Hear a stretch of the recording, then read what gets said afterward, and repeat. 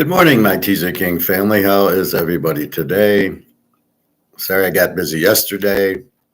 I could have done a late show, but what the hell? I'll do it now. So I hope everybody had a good day yesterday.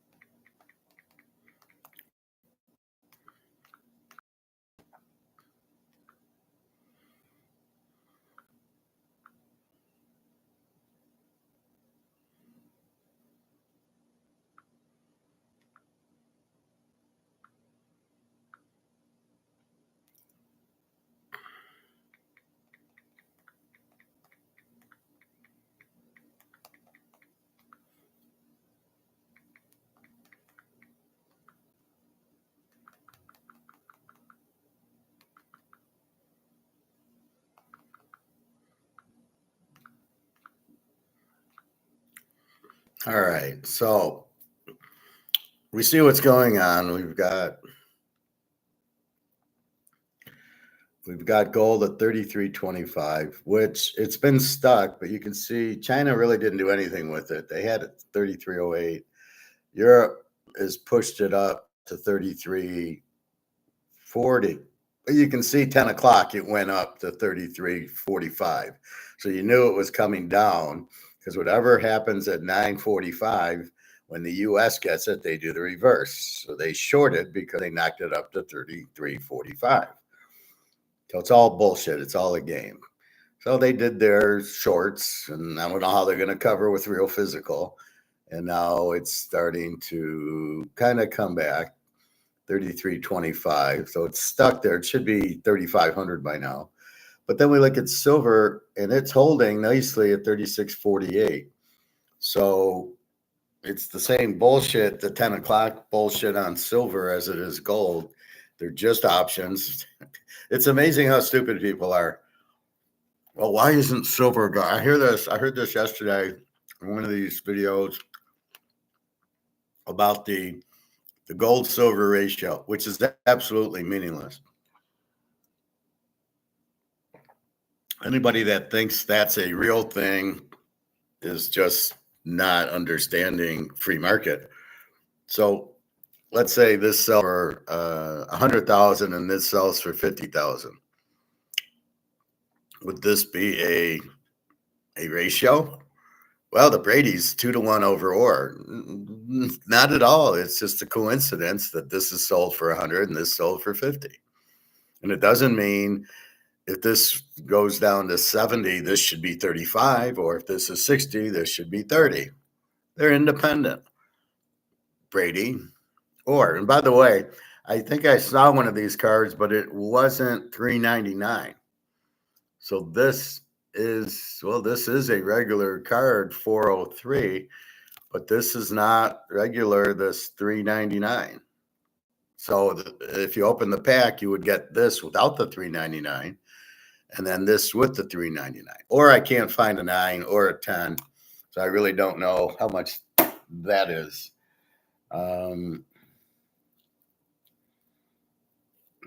But that's how rare it is. So this gold silver ratio, it's like this trade imbalance. There's no such thing in that. They're just, I don't know what the Keynesians are doing. They're creating like velocity. It's not real. Deflation. It's not real. It's simply the markets. It's all about the market. See, in Austrian, we look at the market. Is there a buyer? Is there a seller? What's the demand? Is there competition? Can we substitute? And they come up with these words, deflation, which are bullshit. Well, the prices are coming down. That's because of the market. So they don't really understand what it is, and they don't understand the cause of it. Right? They don't understand.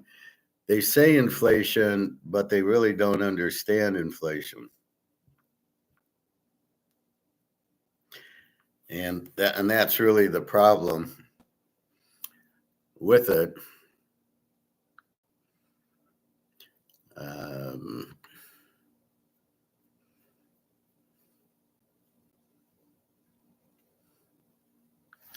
So if you don't understand, they'll say inflation and think it's prices. Or then they'll create wage inflation, which is not real, or price inflation, which again is not real. The only inflation is you can inflate the money supply.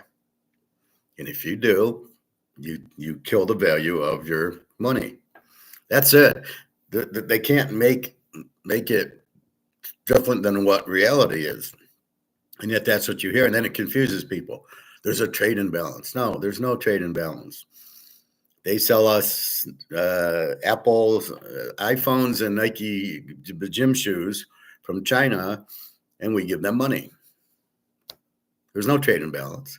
If there was, we wouldn't give them money. We would just get the goods and not pay them, but we pay them. So they're getting money. And if you looked at the trade imbalance that way, well, wait, we give them a bunch of money. They don't give us any money.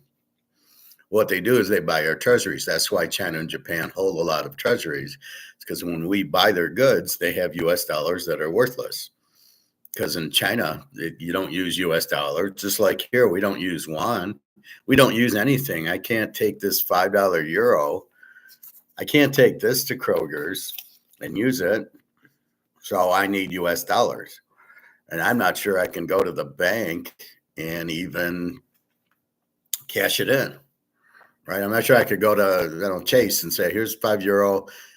Give me $5 for it. Or actually, I'd get $6 because it's worth more than the dollar. But I don't know that they'll take it there. Maybe, but I don't know. I don't care. I'm not going to trade it in. It's only €5, and I like showing it in class.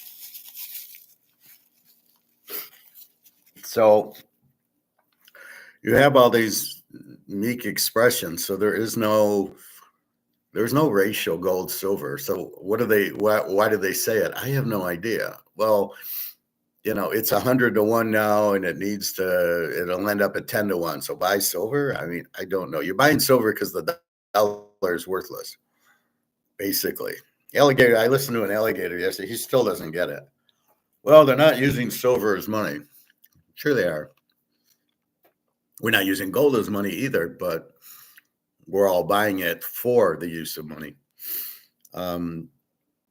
So I don't really follow the whole thing with what the hell they're talking about. It's mostly made up, and they're trying to sound smart. I don't know. To say there's a gold-silver ratio, to even say that. I mean, let's use this one. Is there a Brady-Montana ratio? Is there a ratio between these two cards? No, they have nothing to do with each other. There's Montana people. There's Brady people. It's a rookie card. This is a 1985 card. There is no ratio between the two. Why are they coming up with them? Excuse me.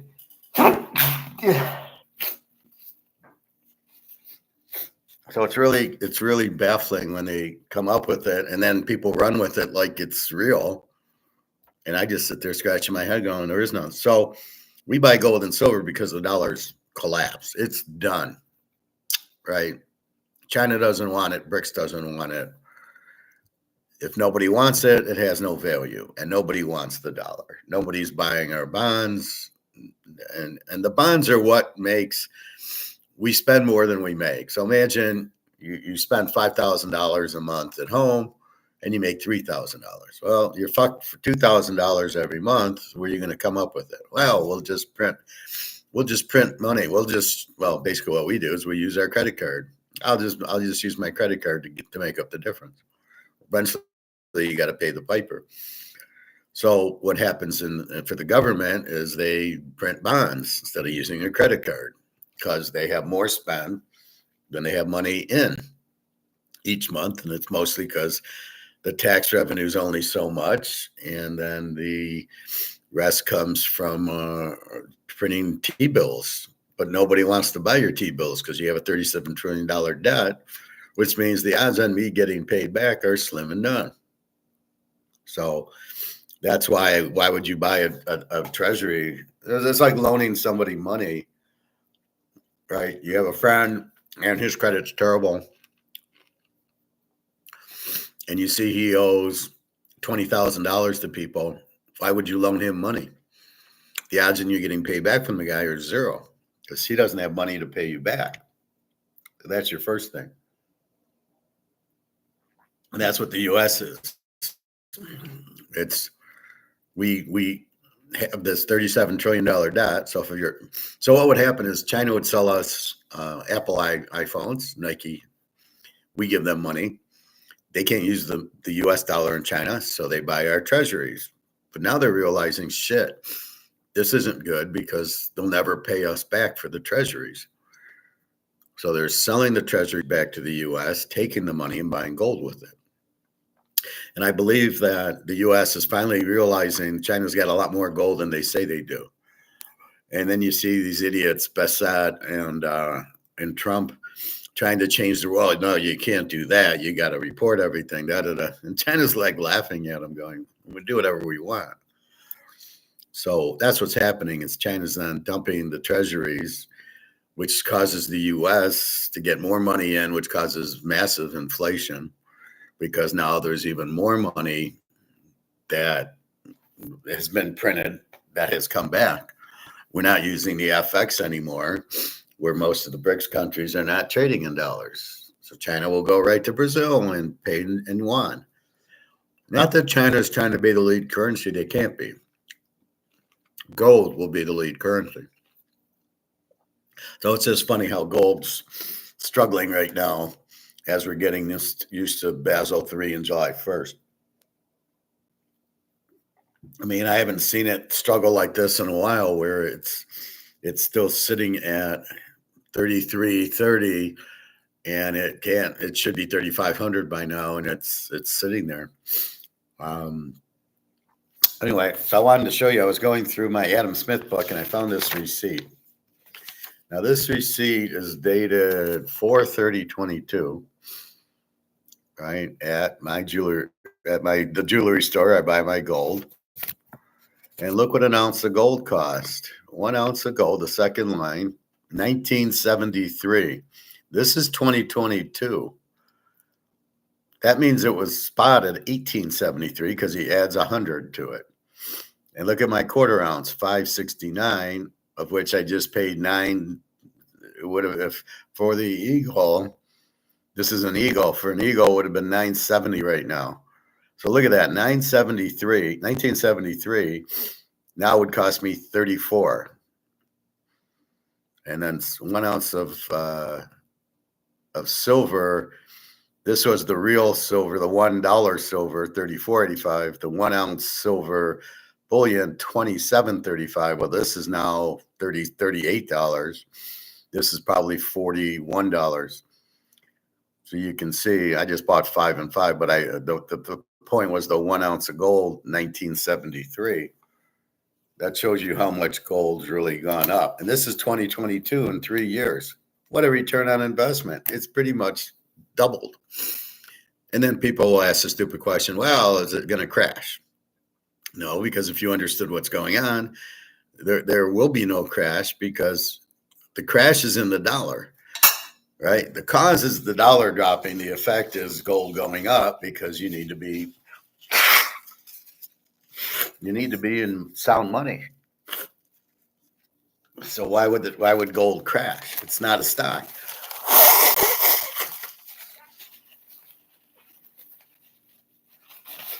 It's amazing how stupid these traders are, that they don't even understand gold. It's not a stock. Stocks crash because all of a sudden earnings drop. the president or CFO or CEO gets arrested, or he retires, or whatever is the reason he steps down. That's what happens.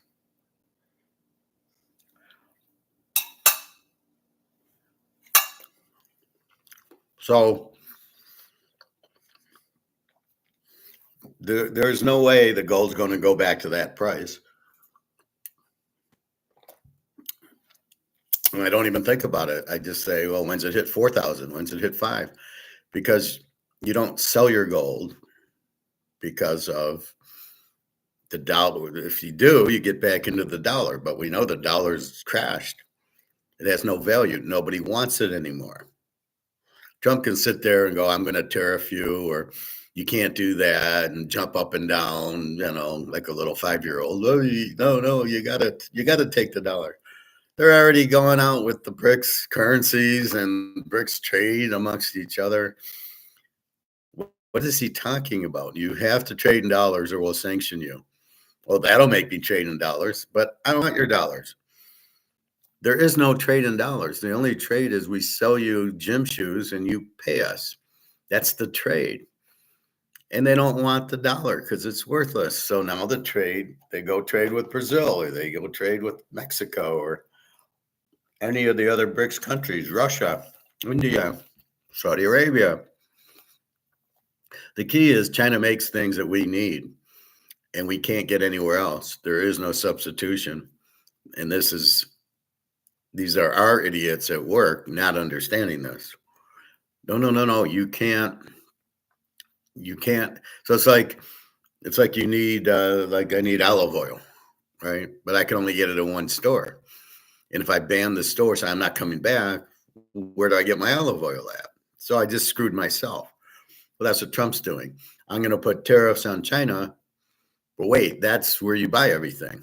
You can't. And as I explained the other day, the tariff. So again, it cost me $30 to make this. I sell it for $50. You add the tariff, it now costs me $60 to make this because of this tariff, but I sell it for $50. I can be in business if I sell it for $50 and it costs me $30. I make $20 a bottle. However, if I sell it for $50 and it costs me $60, I lose $10 a bottle. So now all of a sudden, wait a minute, I can't make it anymore. And that's what the U.S. has basically done. It's raised the cost on all these items.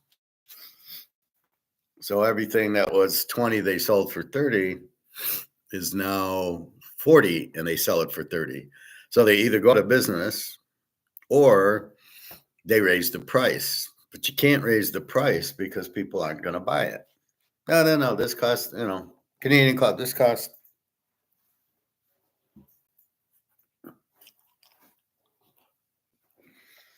No, I'm only going to pay $50 for it because we think in terms of fair trade. What's a fair price for this card? So you're trading your money for the card. Well, let me look what it sells for, and you see it selling for $50. And you go, okay, do you? Then the button goes, do I agree to pay $50 for the card? And I go, yeah, okay, it's selling for $50. It's a Montana. I will pay $50 for this card. Then the price goes up to $100. So that's a fair trade for you. You're willing to trade your money for the card. Then all of a sudden you go, well, wait a minute. Now the card's $100. Now, normally that would be because of demand. And then you'd have to say, no, that's too expensive, or no, that's fine. It's kind of a bad example because obviously this card I want to go higher in value as the org card. I want to go higher in value. Let's just say it's the coffee mug. We got to use this. So I buy this for $20, but it's Stanley Cup and it's Red Wings and da-da-da-da-da. But now with the tariffs, the cost goes up. The price they want to raise to $30. Well, it was a fair trade at 20, but it's not a fair trade at 30. 30 is too much for this the cup. I'm not going to pay it. Well, what do? I make it. The tariffs raise my price to 20. So it cost me 10, I'm selling for 20. Now it costs me 20. I need to sell it for 30, but nobody will buy it for 30 because the market's at 20. And that's what the tariffs have done. They've added the costs, but they can't just raise prices. This is how stupid most people are in economics. They don't understand that.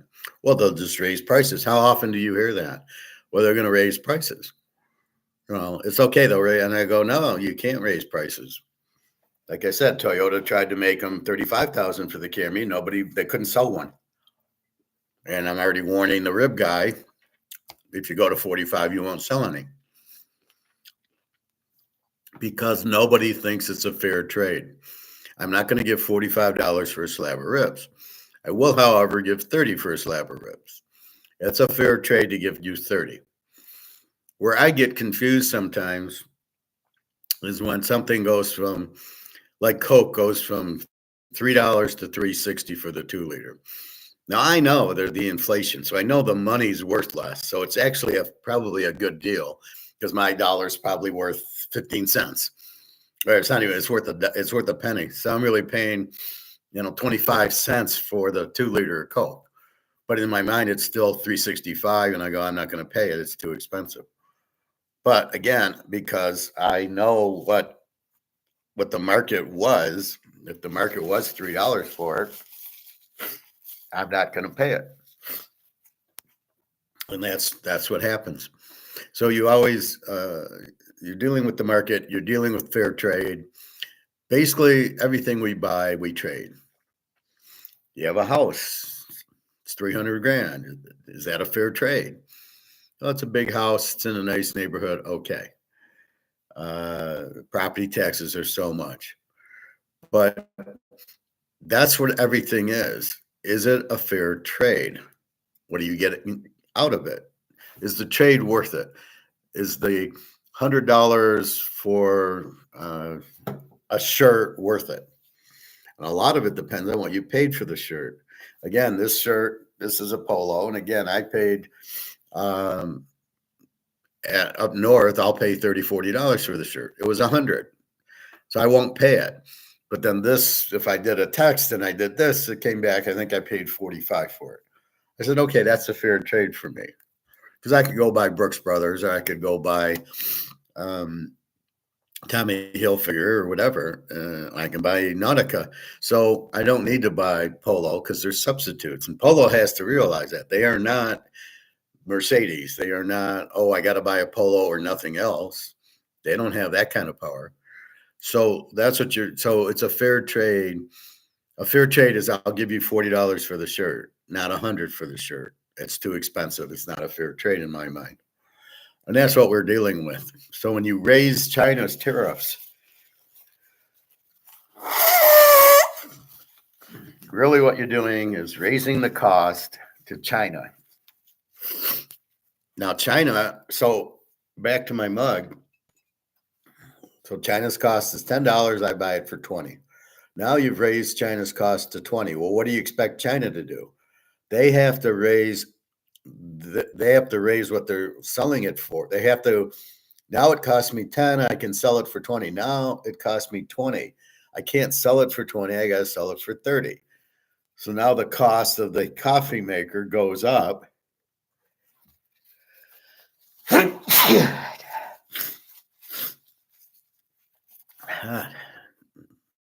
Sneezing. So the cost of the coffee went up, or the coffee cup went up. But how does the market perceive that? Will the market pay more? That's really what the tariffs do, is they raise the cost, but the equation is, what's the market at? Jesus. Excuse me. What's the market? The market's here. You raise the cost. There's no market there. Computers, cell phones, whatever you want to call it, you have to sell it at market. You cannot sell it up. You can't raise the price up to here. So you either lay off everybody, you go out of business, but you can't raise the price. And that's why everybody sits there and goes, oh, well, they're going to raise the price. And you're like, no, they're not going to raise the price. They can't raise the price. People aren't stupid. They're not going to say, "Oh yeah, geez, it is Detroit. Yeah, so I got to pay 30. I'll pay 30." That's why I warn Chinese when I go there, and I warn the barbecue place. You cannot just raise your price. Chinese, she raised her general chow from 11 to 13 to 15. I says, "You can't go anymore. You go anymore, you won't have anybody here. You want to stay in business." So you've already went from 11 to 15. Now I think what they've done is they added more chicken. Says when I get it, the box is full of chicken. But you can't just because and some lady I was talking to, she said, "Well, their costs went up." I said, "I don't care. I'm not paying their costs going up. I'm paying for the general chow based on the competition of other Chinese restaurants and the value of this and the how good it is and the taste. I'm already driving 20 minutes to get here, and then it's carry out. Then I got to drive 20 minutes home. So it's out of my way and it's out of my time. And at least if I could sit down, I wouldn't mind so much if I could sit and eat in the restaurant. But it's a carry out only. That means I got to get it and then I got to carry it out. I go either way. It's bullshit. So you're inconveniencing me by making me drive there and then drive it home. So it's 20 minutes there. It's 20 minutes home, 10 minutes of waiting. So it's an hour out of my day. So you're also inconveniencing me. So don't raise your price. But just because costs go up do not mean prices can go up. And that's why you can't measure inflation in prices. You measure it and how much money's being printed. Where they come up with wage inflation, I have no idea. So if all of a sudden the jobs change where we need a lot more IT guys. Now we need AI guys. Well, that's not inflation. How many people know AI? None. So now you got to train AI, the people in the AI. And of course, there's very few. And of course, that's going to raise the price. It's not wage inflation. It's the new type of jobs. The more we get into computers and you need computer programmers, the higher wages you have to pay because nobody knows how to do it. Right? And therefore you got to pay more because the supply is very low. I need an AI. There's three guys. Okay. Oh, I got to pay them 200,000. Okay. Oh, that's inflation. It's not. I mean, this is ridiculous. Anyway, so that's what happens. These Keynesians come up with these words like deflation, which aren't real. Again, people have less money. They got to spend more on ribs and chicken and dinner and food, and their rent went up and their utilities went up. And therefore, with all that, I don't have any money to buy a tennis racket. No offense, Luke, or I got to buy, I can't afford to buy a car or certain items. I can't spend more for ribs or Chinese food. I got to shop around better. I got to cook more at home. I did buy that grass-fed hamburger, which I showed you. It was fine. I had it, and I gave a hamburger to Alyssa, and basically it tastes the same because if you think about it, you're eating cow, right? You're eating a hamburger so you're eating the inside of a cow. That didn't change. It's just they're eating grass instead of this hormone shit. So it's a little purer, but you don't know the difference. You can't. Oh, by the way, Prophet, I tried the baking soda and it tasted like crap. Uh, I put like a half a teaspoon in a glass of water, and it was like, oh, this is terrible. So I gotta lower the dose. But I did get baking soda, not baking powder. So I hope I got the right thing. And we'll see if it works. I don't know. I'll have to watch some baking soda. I know Barbara O'Neill has some stuff where she's using baking soda. It seems like it's more to prevent poison ivy, and it seems like you put it on yourself more than you drink it. Like castor oil, I don't drink castor oil. I put it on, and I can see my hair is coming in a little thicker, and I can see some things that are bothering me go away. But I don't drink castor oil, so I'm just got to research baking soda a little bit more. Anyway, so that's what's happening um, with the tariffs are causing prices to try to go up. But if we say no, they won't go up. Like Coke. Coke 2 liter, 360. Nobody's buying it. It's 2 for $5. I went to the grocery store. I think it was Saturday or Sunday. I needed just a few things. I needed avocados and eggs and stuff. So I went and I saw all these, 2-for-1s prices, and I missed it. On Saturday, the grass-fed beef was buy one get the other one half off, so it was like $8. So it made it 12, made it $6. Well, I went back Sunday, and the sale ended Saturday, and they weren't $8, they were $9, but it wasn't buy one get one free. So I ended up having to pay $9 for it instead of the $6 that I wanted to. So I got to keep an eye out for sales.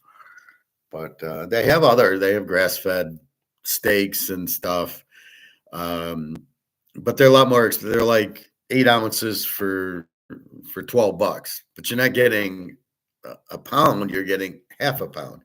So I think they're trying to keep their price point at $10, $12, but you're not getting the full pound. So screw it. I'll just get hamburger if it's 8 something a pound. That's fine with me. I don't need the New York strip grass fed for that, and I'm sure it'll taste the same. But I didn't mind getting the grass fed, so I'll probably cook that up tonight because I took 2 and I bought it Saturday and it's Tuesday, so I better cook the second pack. Hey, Prophet. So I tried the baking soda. Are you sure you drink that shit? It tastes pretty ridiculous. I put it in water, like I put it in my water, and it was nasty. But I probably put too much in. I put like a half of spoon. Maybe you just put a few drops in. Like when I have my Celtic salt, I just take a few and eat them, and then drink the water. I don't take like a handful of Celtic salt and put it in my mouth. So we'll see. Anyway, so that's what's happening. So the Scott Simpson and Trump are, China, you can't do this, and China, you can't do that. And then you read China, we won't be bullied by the U.S. They're just doing business. And that's what Russia wants to do. They just want to do business. They're not looking for wars. The U.S., I don't know what the hell they're doing. We have 2 wars going on, and we're not even fighting in them. Strictly so we can sell arms. Who comes up with this? Who's the idiot in charge of let's create wars so we can sell our weapons? It's like Sherlock Holmes 2, where the guy just wants to sell weapons to both sides or whatever. I'll create a war and then I can sell my weapons. And you're like, are you out of your mind? Really stupid stuff. All right. I'll show you some videos.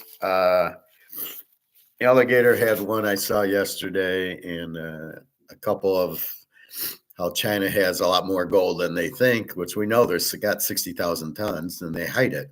But so what? They can do whatever the hell they want. Prophet, I mix mine with my Extend drink, which helps to neutralize the taste. Adding lemon juice will also help.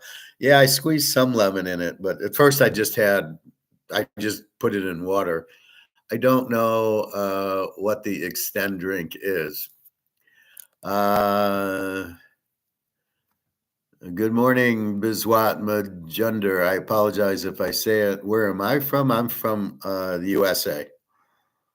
I'm from Michigan in the USA. Where are you from? That's a hell of a name you got there. Feel free to ask questions, comments. That's why it's a class. It's an economics and football class, so feel free. So I did add some lemon. Lemon normally helps. It helps if you need cayenne pepper because you got something, and cayenne pepper is really a good solvent. It'll get on if you just take it like that, the cayenne pepper, your tongue will burn. the lemon I notice helps that it'll stop it instantly. Just licking a lemon. You're from India. Well, welcome here. This is Michigan, America. It's similar to Gatorade. Yeah, I won't drink that stuff. I just drink my water with ginger and cinnamon in there and stuff like that. Yes, I won't have the Gatorade. But anyway, if that works for you. So I don't know. I bought baking soda. It was cheap, and I got a box. So we'll see. I think Barbara O'Neill had some stuff on baking soda and castor oil, but it was probably more to mix together and put on. Like I do coconut oil and castor oil, and that's what I use for my head, for my hair. And I noticed it yesterday. It was like, wow, this is really growing. Like right now, I got some on there, so it kind of mats it down. But I didn't do that yesterday, and it really looked like I had a full head of hair. So I was pretty excited. Anyway, we'll try that. So again, that's what's happening. So Trump doesn't know what he's doing. He wants to threaten with tariffs, and he's even threatening India about trade with China or whatever. And I would just laugh at the guy, like, you can't tell me what to say. I don't know where the U.S. thinks they can tell you. You can't get off the dollar. Well, that's up to them. It's not up to you. You can't bully people. It's like saying, I can't date Daria because she's Russian. It's like, fuck you. I'll do what I want. And so this is the point about that.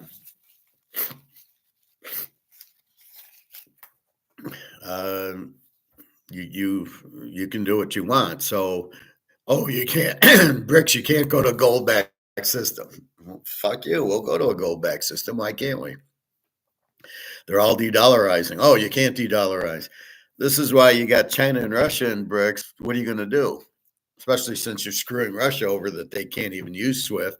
What do you want Russia to do? So Russia, of course, is going gold back, and then China, and they're all trading with each other, and they're not using the dollar because it's a stupid system. What do you mean? I'm Russia. I have to buy dollars.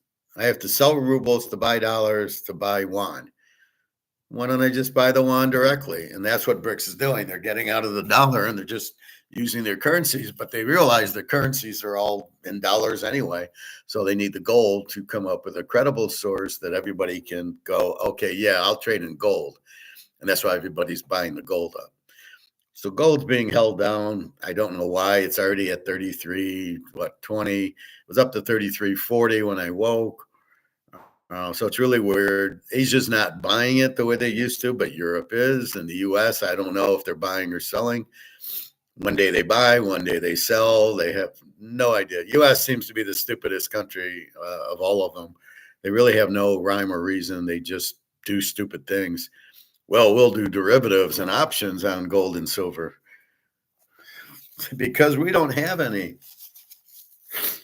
So anyway, let's move on to baseball. We'll get back to that. I'll show a Mark McGwire video.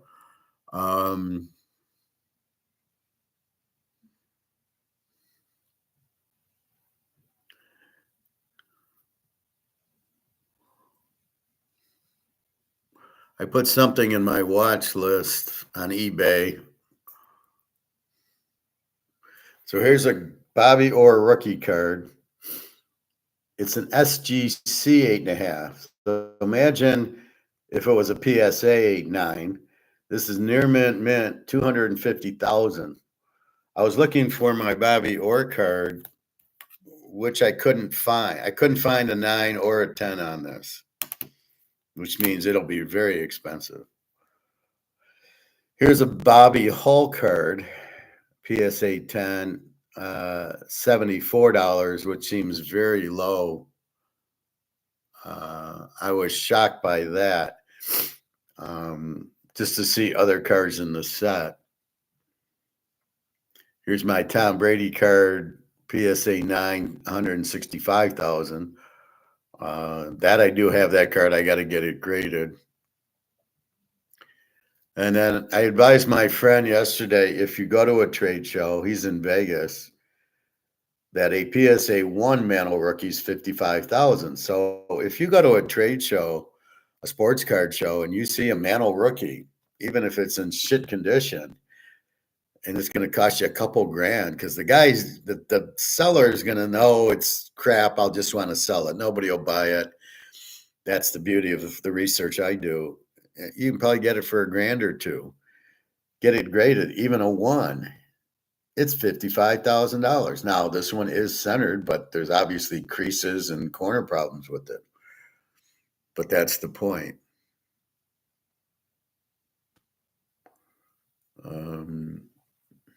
Again, beware of anything in China.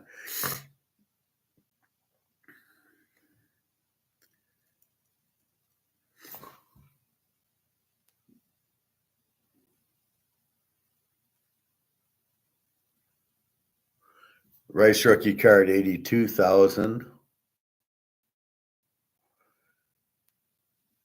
Here's a Leaf rookie card out of 350.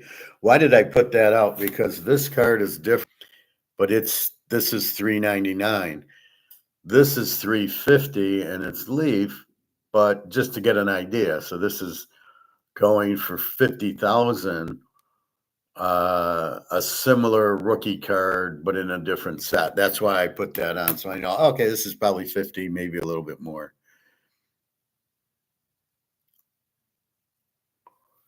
Now here's the Jerry Rice, went for 110. So it shows you there's different markets for the Rice rookie card. And this is different because this says Gem Mint 10. The other one kind of didn't say that. So I don't know what was going on there.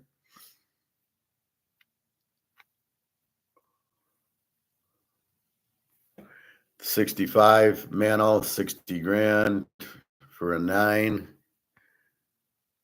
Here's a mantle rookie card, PSA 4, and you're getting 140,000.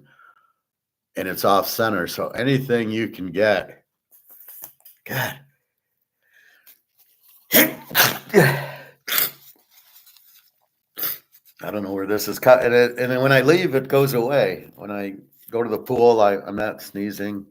Once in a while, I sneeze with the chlorine, but not a lot. Anyway. So again, it's a mantle rookie. It's way off center, 140,000. And I'm sure at a show, if you see this card at a show, it's probably 2 or 3,000, if that. I can't imagine the guy thinking he can get much because it's probably dinged and it's probably bad corners or creases. Good enough to get a 4. Now here's my Brady. I don't know what HGA 8 is versus the PSA 8, but $230,000. Again, this is the refractor. So my friend from Vegas said, "What's a refractor?" And I go, "Well, it's shiny." There's a regular card of this, and then there's the refractor where you can see the shine on it. Always get the refractor if they're similar priced. All right, so that's what I saw.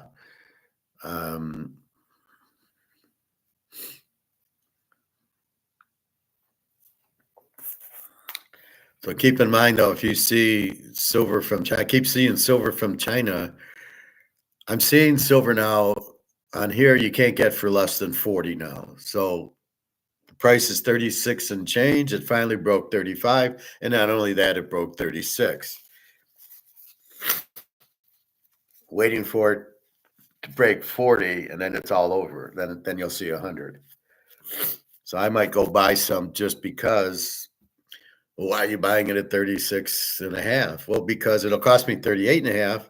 And because it broke through that 35, 36 barrier, and now it should just run to 100. So I'm getting a $37 ounce silver for $100. Or I'm getting $100 silver for 37, I should say.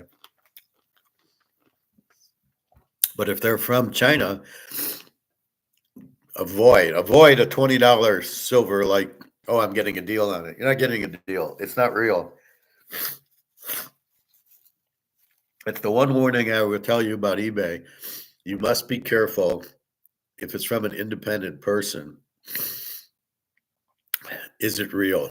Because something like gold and silver could be counterfeit, especially silver, especially from China. What are you going to do? Call Z and say, hey, this guy sold me fake silver. So be very careful about that. Since they manufacture and they have the silver mines that get the silver and make it into bars, you must be very careful because they could easily, it's half silver and half bronze or half nickel, and not all, it might not be 999 silver. And if you're going to buy from the guy, you need to ask him, is this 999 or is this 50 silver and 50 nickel? And that'll affect your price. So do not, you want to really, if you're going to buy, go to my coin store or jewelry store who sells it, who you can say, let me see that it's real. And they put it on a meter and they say, look, it's on the meter. We only take silver and gold that we put on the meter and we see it's real. So my guy, I never worry about. Or if you saw a guy on the street, you at least bring a magnet, and if it sticks, run away because it's fake. But that's what you want to do. So on eBay, you got to be careful because you're not going to, especially from China, you can't get a refund. You're screwed. And if something costs 40 and you can get it for 20, do you think it's real? If it is, why would he sell it for 20 that he knows he can get 40 if it's real? So that would be like buying this card for $10. Well, there's no way this card's $10. It's, 40, 50,000 probably. Why would I take $10 for it unless it's not real? So be careful. A lot of scammers out there, especially on eBay. All right, let's go to baseball. So today's June 10th. We're getting closer and closer to July 1st.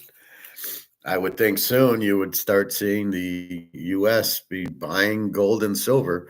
I think that's why they're keeping the gold price down, even though it's 33.30 and it hasn't hit 3,600 yet. I think a lot will happen right around July 1st, maybe a week or two before and after. Once Basel III kicks in, they have to deliver, they have to have it, and it's going to cost more. So they have to buy it now while it's cheaper. So they might be keeping the price down. Silver, you see what's happening at 30, it's 36. So it not only blew through 35, it blew through 36, waiting for it to go, okay, let's go 37, 38. And then on to 50 and on to 100 and on to 500. So we will see. But that's what's coming. So enjoy the ride. And no, it's not going to fall because it's not. There was a thing on what's a bubble. I remember the communist asked me, "Oh, gold's in a bubble." A bubble is Bitcoin. When people's expectations are greater than the value, it's at 100,000, and people think, "Oh, it's going to go up," so they buy it without knowing what the value is of it. Or the stock market. Well, it's $42,000 for the Dow, but with all the tariffs, how can it not have gone down? And that's really the problem. So when things get over what they're worth, when everybody buys Nvidia and Nvidia goes up in price, or Tesla, that's a bubble because it's not real. If the value of something's 10 and it's now 40, well, wait a minute, it's only worth 10, that's the bubble. And then it collapses because people realize it's not worth that. So people will realize Bitcoin's not worth it. They'll realize Nvidia's not worth it. A lot of the stocks are IFCOM. Well, it's gonna go up because everybody will buy AI, and I'm not sure about that. I don't know what AI is. I don't really like it. I don't like when the government controls things, which is what AI is. It's like control. And, I'm kind of avoiding it at all. Oh, it'll do my work for me. No, thank you. I'll do my own work. Just like analytics. Well, it does the work for the manager. The manager's an idiot. He just reads it. Oh, yeah, lefties hit righties X amount of time. So I'm going to switch hit, even though I'm taking my 300 hitter out for a guy hitting 086. Yeah, because I don't know how to think. I'm an idiot. I'll let analytics tell me what to do. It's 4th and 3. Yeah, I'm going to go for it, even though all I need is a field goal to win the game. I mean, that's when you get idiot coaches, and that's my complaint is they're not relying on their own skill. They're basically idiots. They're basically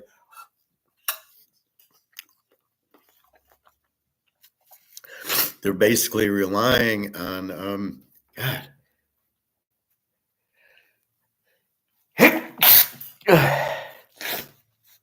Just a second.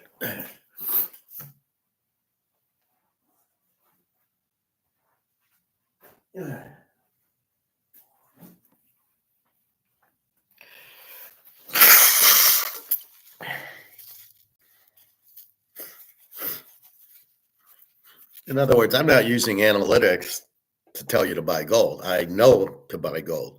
I know the dollar's going out. I don't need to see analytics on how much has been printed. I know it's 150 trillion. But that's the problem with it. So a bubble is strictly the value of something is too high. The value of stocks are too high. The value of particular stocks are too high. But the value of gold is not too high. It's too low. Gold at 3,000, yeah, it came up from 1,700 to 3,300 is not too high because the real value isn't close to coming because they keep manipulating the price. So we don't have a free market price of gold, and it's much higher. Even if gold went to 10,000, there's no alternative. What are you going to do? Go back into this? You can't go back into this. These are worthless. These aren't, I wouldn't call them bubbles. They're just not worth it. They keep printing it. So there's too much out there. So they have no value. So it's kind of a bubble because the value of the dollar is zero, but nobody's really valuing the dollar in anything more than the 1 or the 5 or the 100. But with that said, the stock market's in a bubble because it's not worth 42,000, but people keep buying because they think it's safe haven. Or I'll buy Bitcoin because look, it's 100,000.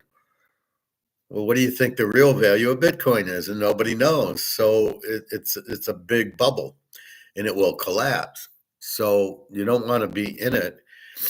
Gold is undervalued by a mile. It's probably worth anywhere from 10 to 20,000 if it was free market. If I sold it at the grocery store and somebody would buy it. So if I put gold at 10,000, I would get buyers. If you didn't have this ridiculous COMEX pushing the price down. And so therefore it's not in a bubble. Neither silver. They're both way, way undervalued because they've been reverse bubble. They've been held down and the price is up here and COMEX is here. Where the stock market is here, but the value's here. Like the stock market's really worth 30, but it's 42,000.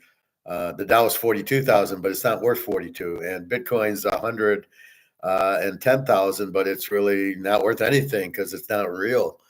And that's the problem. That's what a bubble is. Housing prices are getting hurt because of the high interest rates. And you really don't know what the value is, but you can tell when there's this frenzy to buy, it's a bubble because there's too much in it. You had the bubble in 2000. It was not a bubble in the housing. It was people that couldn't afford it and they were going broke and they couldn't afford their mortgages.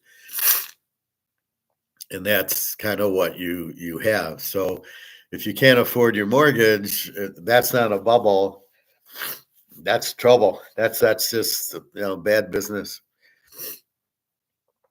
So anyway, let's get back to baseball. All right, so we start night games tonight. It's Tuesday. Detroit, Baltimore. Baltimore 130-9. It's in Baltimore. Bryant Herter 2-1 with a 1.62 for Detroit. Cade Povich 1-4 with a 5.11. I'm surprised Baltimore's favorite. This Herter is a bullpen guy. So he'll probably go to this backup kind of Montero why this guy pitches the first inning and then the starter pitches the second inning. It's beyond me. It worked last year. It's not working this year. Cade Povich isn't good. So I'm going to go over in this game. Detroit over 9. I'm not going to bet it. Detroit can hit. Let's see if Cade Povich is a righty or a lefty. He throws left-handed. Okay, that's why. So what the idiot Detroit manager does is he takes out his best players who are left-handed, and that's the problem. So Cade Povich isn't very 1-4 to 5'11", but all the good Detroit hitters won't play. This Carpenter hits 300, but he's left-handed. He won't play him. And you're like, and then he plays some guy who hits 180 because he's right-handed. I mean, this is where I laugh at the whole thing. The whole team is bullshit because the lefties are only hitting righties. So Kerry Carpenter hits 300 only against right-handers. He doesn't play against lefties. What kind of crap is that? Sorry, Reggie Jackson. Yeah, it's a lefty. You can't play. Ted Williams. Sorry, it's a lefty. You can't play. So you're saying that these guys are only hitting against righties, and then you want to say he's got a big average, and it's all bullshit. Play him against both sides. And this is the problem with the Tigers. It's all bullshit. So against the lefty, I don't think I'm not sure about the over, but how long will Cade Povich? He'll probably go 6 scoreless innings. Brian Hunter, he's pitching the first inning, and then the reliever will come in. So I go over. Baltimore, they could win because Detroit will have their weak hitting lineup out there because the manager's in way over his head. Maybe they should start banging garbage cans like they did in Houston, so they'll know which pitch is coming. I like how he denied that and then lied about it, like he doesn't know. But if you watch the Tigers, you know he's in charge. So he knew about it, and then he lied about it. They even taped up Altuve with the vice on his shirt. Like, he didn't know that? Are you kidding me? Come on. So anyway, I don't love it because it's a lefty, but I'll take Detroit over. I don't trust them if they got to bet their right-handers. And I'm tired of Detroit has 43 wins, and like the Yankees have 41 or Cubs have 41. And people think because they have the best record, they have the best team. It doesn't work that way. The Lions were 15-2 last year, did not have the best team. They didn't have the second best team. They didn't have the fifth best team. Philly was better. Washington was better. KC, Buffalo were better. Denver was probably. So to say because they have a 43-24 record, they're the best team, they have the best record, does not mean they have the best team. They don't have the pitching. They have one pitcher who's been and then they have hitting. If they face right-handers, they can hit. If they face left-handers, they keep getting shut out. So just be careful with them. They're not as good as you think. Miami goes to Pitt, 1972 AFC Championship game on the fake punt. Miami wins, which pissed me off because Pitt could have won, but Terry Bradshaw's an idiot and went to the Super Bowl in 72 after the immaculate. This was after the immaculate reception game. Pitt minus 140-8. Sandy Alcantara 2-7 with the 7.89 against Mitch Keller 1-8 with the 4.13. What do you do with this mess? Total is 8. Pitt can hit, but we got to go over here because we can't bet. I mean, if you just superficially look at it, I can't bet Mitch Keller. He's only 1-8 with the 4.13, and I can't bet Sandy Alcantara. He's 2-7 with the 7.89. I can't bet those pitchers. By the 6th inning, this should be a high-scoring game, so I'm going to go Pitt over 8. Cincinnati, Cleveland, week 1. Game's in Cleveland. Joe Burrow is a 7-point favorite here. Cincinnati's a 105 favorite, over under of 8. Andrew Abbott, 5-1 with a 2.18 for Cincy. Slade Shinoni, 1-2 with a 4.87 for Cleveland. I'm going to go under, as I know Cleveland's got a pretty good bullpen and they don't hit. Cleveland under 8. We'll go 2 units. We got a 218 pitcher for Cincinnati. Cleveland's not going to hit, but Cleveland really is pretty good. Cincinnati can hit. Now they're down to 4 hitters. They must have injuries or something. So, or the guys are slumping. But anyway, you're not getting a lot of hitting from Cincy. So we'll go under in this one. Unlike the NFL, we'll go over with Joe Burrow. The Cubbies in Philly. The Cubbies 110, 9.5. Colin Ray 4-2 with the 3.59 against Mick Abel, who sounds like a bullpenner. Never heard the name. Well, he's actually a starter, but he maybe he got called up. He's born in 2001.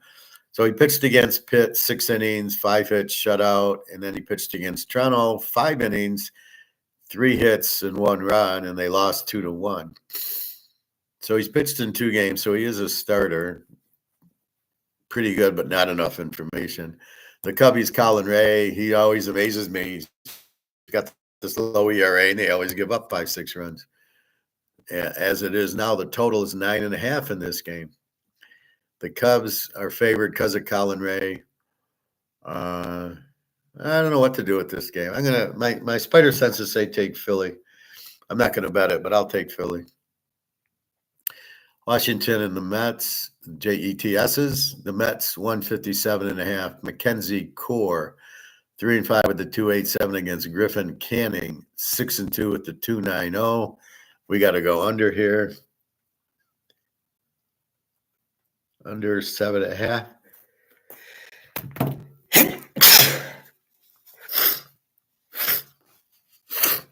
God, I don't know. I wasn't teasing this morning.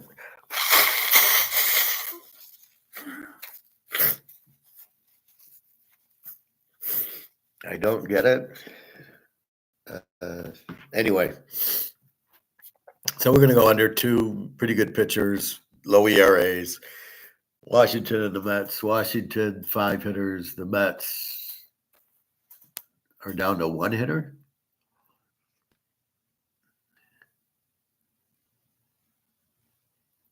I got injuries and 6 hitting around 230. So all of a sudden the Mets are faltering. So we're going to go 2 units then with this game. I think it's Pete Alonso and Lindor, and that's it for the Mets. Tampa Bay, Boston. Tampa Bay minus 110, 9.5. Ryan Peapot 3-5 with a 3.20. Seems like he pitches every other day. Lucas Giolano 1-1 with the 6.42. We're going over with Boston. I think it was a high scoring game yesterday. Over 9.5. And they played a high scoring series with the Yankees on the weekend. Texas, Minnesota 125-9. Tyler Mayle 5-3 with the 2.02 against Simon Richardson 2-2 with the 5.02. Sometimes he's good, sometimes he's not. I'm going to go under 9. Mini under 9. Atlanta, Milwaukee. I had Chris Sale yesterday. I did play that. I assume you guys did too. That was a winner. Minus 125, 8.5. Grant Holmes 3-4 with the 3.99 against Quinn Priester 3-2 with the 3.88. Atlanta can hit. 4 hitters, Milwaukee 4. So they both have decent hitting teams against pitchers with 4 ERAs, 8.5. I'm going to go over. Atlanta over 8.5. Don't love it. The Yanks in Kansas City. Here we go. Yanks 200, 8.5. Max Fried 8-1 with the 1.78 against Noah Cameron, who's got a 0.85. Is this guy a starter? Yes, he is. He's a starter. Against St. Louis on the weekend, 6 innings pitched, 2 hits. 6 innings pitched, 6 hits against Cincy, 6 innings. So he's given up 0 runs to Tampa, 1 to St. Louis, 1 to Minnesota, 1 to Cincinnati, and nothing to St. Louis. So he's pitched 6 or 7 games. And we know what Max Fried's all about. This is going to be our lock of the day. New York Yankees under 8.5, and we're going to go 5 units. Yes, a big bet in baseball. This Cameron's pitched 6 games. Now it's not, but it's 6 games of 0.85 ERA against the best pitcher in the league, Max Fried at 8-1 with a 1.78. And I don't know why the Yankees would be 200 except for it is Max Fried. I'm not expecting KC to score, and I'm not expecting the Yankees, if this guy is all that, to score much. So at best, the Yankees win 3-0 or something in the late innings when they pull the pitchers. But otherwise, you got to love the game under. So 8.5 with these two pitchers, yeah. Toronto, St. Louis. Toronto 105, 8.5. Chris Bassett 6-3, 3.56. Miles McCullough 4-2, 3.96. There's the Miles McCullough again. Let's see what he did last game. I thought he would win. Let's see if he won last game. Miles against KC, and they won 6-5. 6 innings pitched, 8 hits, 3 runs, and they won 6-5. So my Miles McCullough premonition came through last time. 4-2 the 3.96. Bassett. We're going to go under here. Oh no, this is not KC. This is St. Louis. Under 8.5. I'm not going to bet it, but it should be a good game. The White Sox go to Houston. The White Sox are now 22 wins. Houston 36. Most teams are in the 30s. Houston 187.5. Shane Smith 2-3 with the 2.45 against Lance McCullough with a 4.40, but he shut out the Tigers last time. So I'm going to go under with Houston under 7.5. I won't bet it, but this should be a low-scoring game. The 49ers go to Colorado and play the Broncos. Frisco minus 225, 11.5. Colorado with 12 wins and 50 losses.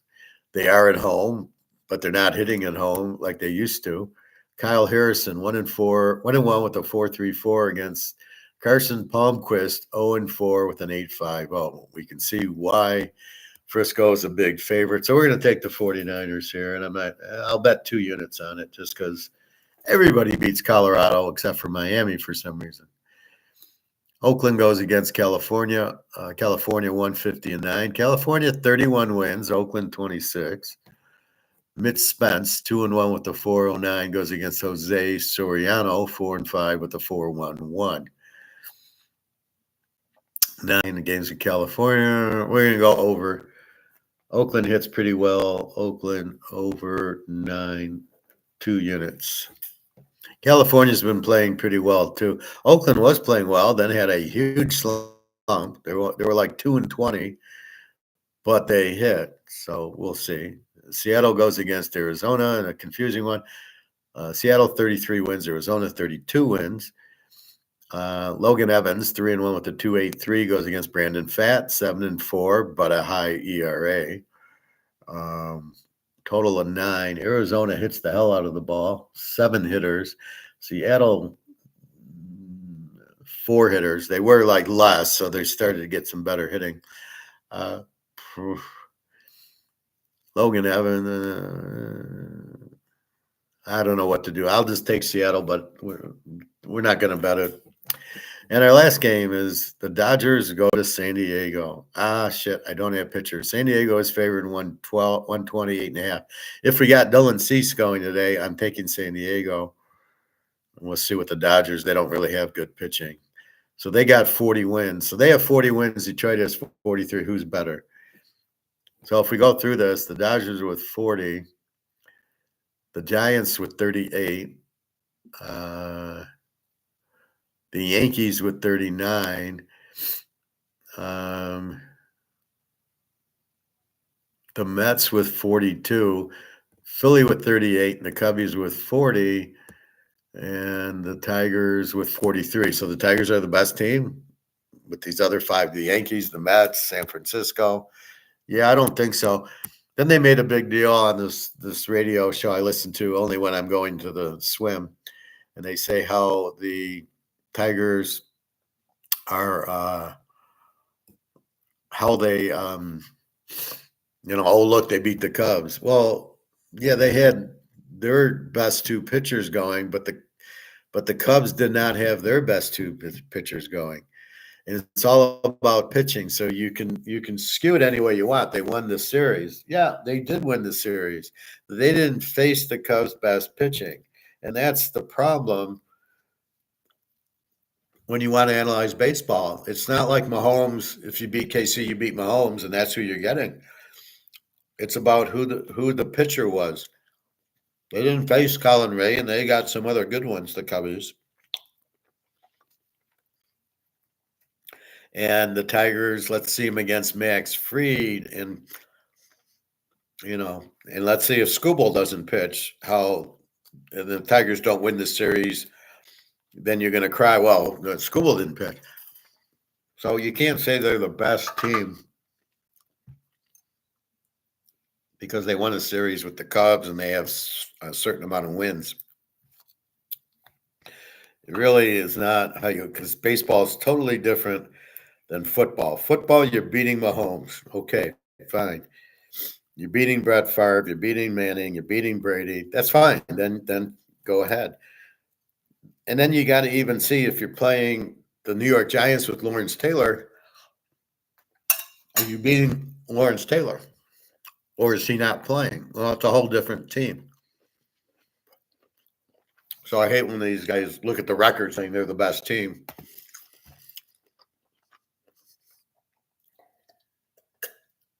And they still want to compare the Lions to the Tigers. Who's going to make the Super Bowl, the World Series? I got news for you, buddies. Ain't no Detroit team's making the Super Bowl or the World Series this year. They don't have the talent for it. Lions have no defense. They cannot beat Philadelphia. I don't think they can beat Washington. They can win their division because their division stinks, but I don't think they can beat the Rams with Stafford. I'm not sure they can beat Frisco with McCaffrey. I'm not sure they can beat Atlanta with Penix. So they don't have the defense to beat Daniels and Penix and things like that. So there's no way they're making the Super Bowl. As far as the Tigers making the World Series, they're not going to beat Max Fried and the Yankees. They're not going to beat – I don't think they can beat teams like Seattle and California and these other strong teams. Beating the Cubs at home 2-1, it's baseball is totally different. So it's a stupid analogy, but I don't think they can beat I don't think they can win the playoffs. I don't think they can beat Cleveland. I'm not sure they can beat Minnesota. These teams, they struggled with the White Sox at Chicago. So let's look at the whole picture, not just a little slice when it's convenient for you to say, oh, look at the Tigers have the best record. They're the best team. They're going to the World Series. Only a moron would say that. I really don't like this guy on the radio. He's a weird guy. This Joe Ryan guy. His comments and conversation are really stupid. So anyway, all right, let's go through this.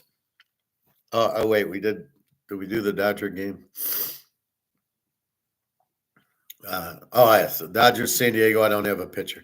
Okay, so we got Detroit over 9, Pittsburgh over 8, Cleveland under 8, 2 units, Philadelphia, the Mets under 7.5, 2 units, Boston over 9.5, Minnesota under 9, Atlanta over 8.5, the Yankees under 8.5, Max Fried. This is our lock, 5-star, because the guy on the other team has like a 1 ERA, and he's pitched in 6 games, so it looks like he's real. St. Louis under 8.5, Houston under 7.5, the 49ers 2 units, Oakland over 9, 2 units, and Seattle. So the bets are Cleveland under 8, the Mets under 7.5, the Yankees under 8.5, Frisco and Oakland over 9. Everything's 2 units, but the Yankees are 5. Max Fried looking for a shutout against Kansas City. And Kansas City's pitcher's looking for a shutout against the Yankees. And the Yankees don't score a lot. They did score a lot on Boston, but that's because they have bad pitching. If Boston had a pitcher like this, it would have been a 1-0 game, especially Max Fried. So should the Yankees cry because they lost the series to Boston, but Max Fried wasn't pitching? See, that's the thing with baseball. You must look at the pitchers. And if Boston lost to the Yankees because of Max Fried, that's one thing. If they beat the Yankees, but Max Fried didn't pitch, you didn't really beat the Yankees. All right. Basketball. Is there basketball today?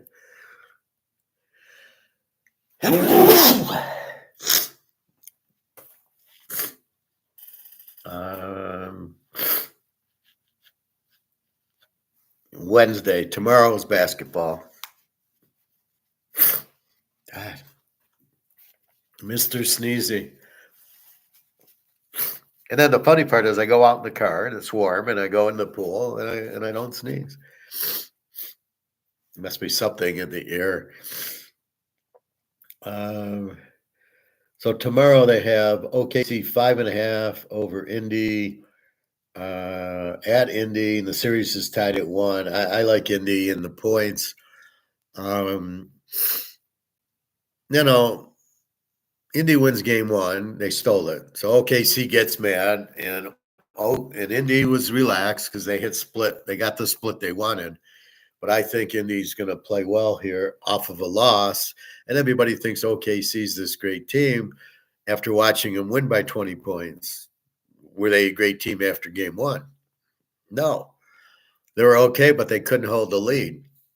And it was a fluke, but Indy showed they can. So is the OKC the better team? I have no idea. I don't know enough. I don't know about their MVP, who I'm like, who's that guy? Never heard of him. So we'll see. Normally, Indy should win this game, and OKC should win game 4. There's a theory called bet the loser back, which is, if it's an even series, which I don't know if it is, but Indy's won their series, so you got to give them credit. So I don't know. I think at home they'll play well. They'll play better. OKC, I don't know if they're any good or not. We'll find out. Even if they win, I don't know if they're any good. It's such a bad league. The NFL minicamp update: Steelers, Watt, Bengals, Hendrickson not expected to attend. What's the point?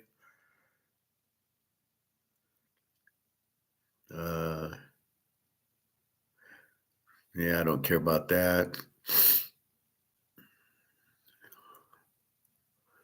Mac Jones hopes to use scars from New England as power to revive career. He's terrible.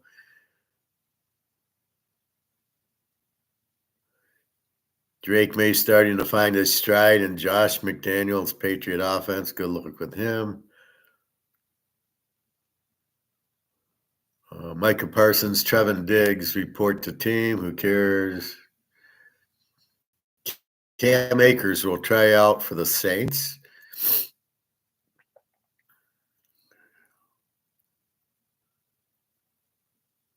Packers release Jair Alexander. Yeah.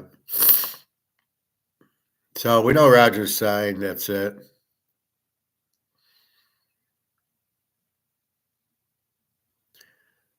All right. So let's look at the line. Let's look at week 1. We'll go pro. We're not going to go college. Philly 7, 46.5. Nothing's changed. Philly's lost some defense, but they've signed some others. They had drafted. Dallas still has Dak Prescott, so big trouble there. KC, LA in Brazil, Friday night. KC 2.5, 44.5. You get Mahomes in 3.5. You got to love that. Carolina, Jacksonville 2.5, 46.5. The 2 worst teams in the league, I think. I think there's some other bad ones. 2 terrible quarterbacks that are not pro. Like I talk about in baseball, where half of the pitchers in baseball are minor leaguers, and that's what you have here. Lawrence and Steve Young are not pro quarterbacks. 2.5, 46.5. It's a joke. The Giants, Washington 7, 45.5. The line hasn't moved, but the Giants are better with Russell Wilson and Scadaboo, although they're going to start this other guy at running back instead of Scatterboo, but Scatterboo will be there soon. They also have another running back. They've got Neighbors, the receiver from LSU, Bobby's friend. So look for them to be able to put up some points against Washington, but they can't stop Washington. So we'll see. So maybe instead of playing Washington, we play the over in the game.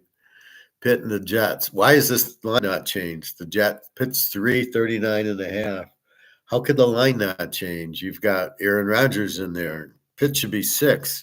Yet you still have them at 3. So I would jump on Pitt +3 soon. A little early, but keep that in mind. Now we are in June, and exhibition starts in August. So we're getting close. I think I can get my magazine this week. I'll take a look. Arizona, New Orleans, Arizona 6 and 42.5. This is way up. This is up from 4.5. Wonder what's going on here. Must be the Sharps, eh? Hey, Prophet, the Sharps are betting on Arizona. Depends. If Hayner's quarterbacking, I like New Orleans. They've got a good runner, and they got a Kamara and Olave, so they got that. The defense, I don't know. Their head coach still sucks. It all goes to the head coach. If he sucks, the team's going to suck, no matter how much talent he doesn't know what he's doing. It's like driving a car backwards. I mean, it's no. You got to hit, forward, not reverse. What's R for? So be careful with this one. I certainly don't understand why Arizona would be a 6-point favorite.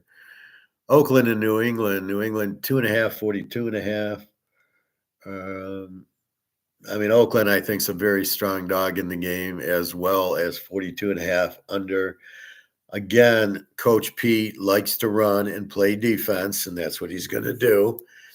And they got Gentry now, and they got Brock Bowers, Geno Smith, who didn't do anything with DK Metcalf, by the way. So don't expect him to do a lot with Brock Bowers, but he still has Brock Bowers. And Coach Pete will get the defense going because that's what he does. New England, there's no way Drake May should be favored over anybody. Maybe Carolina and Jacksonville, maybe. But they're still a terrible team. I do like Vrabel. He will get him a few more wins, but with the defense. I think this is a good under. But I think Oakland is a live dog with Gentry and Brock Bowers. I mean, come on. And Coach Pete. Miami, Indy. See, this is where you can't ignore. This is why trends don't work. I cannot use Oakland trends from the last year or last 2 years because now I got Coach Pete and I got Gentry and I got Geno Smith. What am I looking at last 2 years? Well, it's not Coach Pete, it's not Gentry, and it's not Geno Smith. And that shows you Oakland hired that one guy, that giant defensive player, as their head coach. What are they doing? And of course, the guy sucked, and he didn't even last a year, and then they fired him.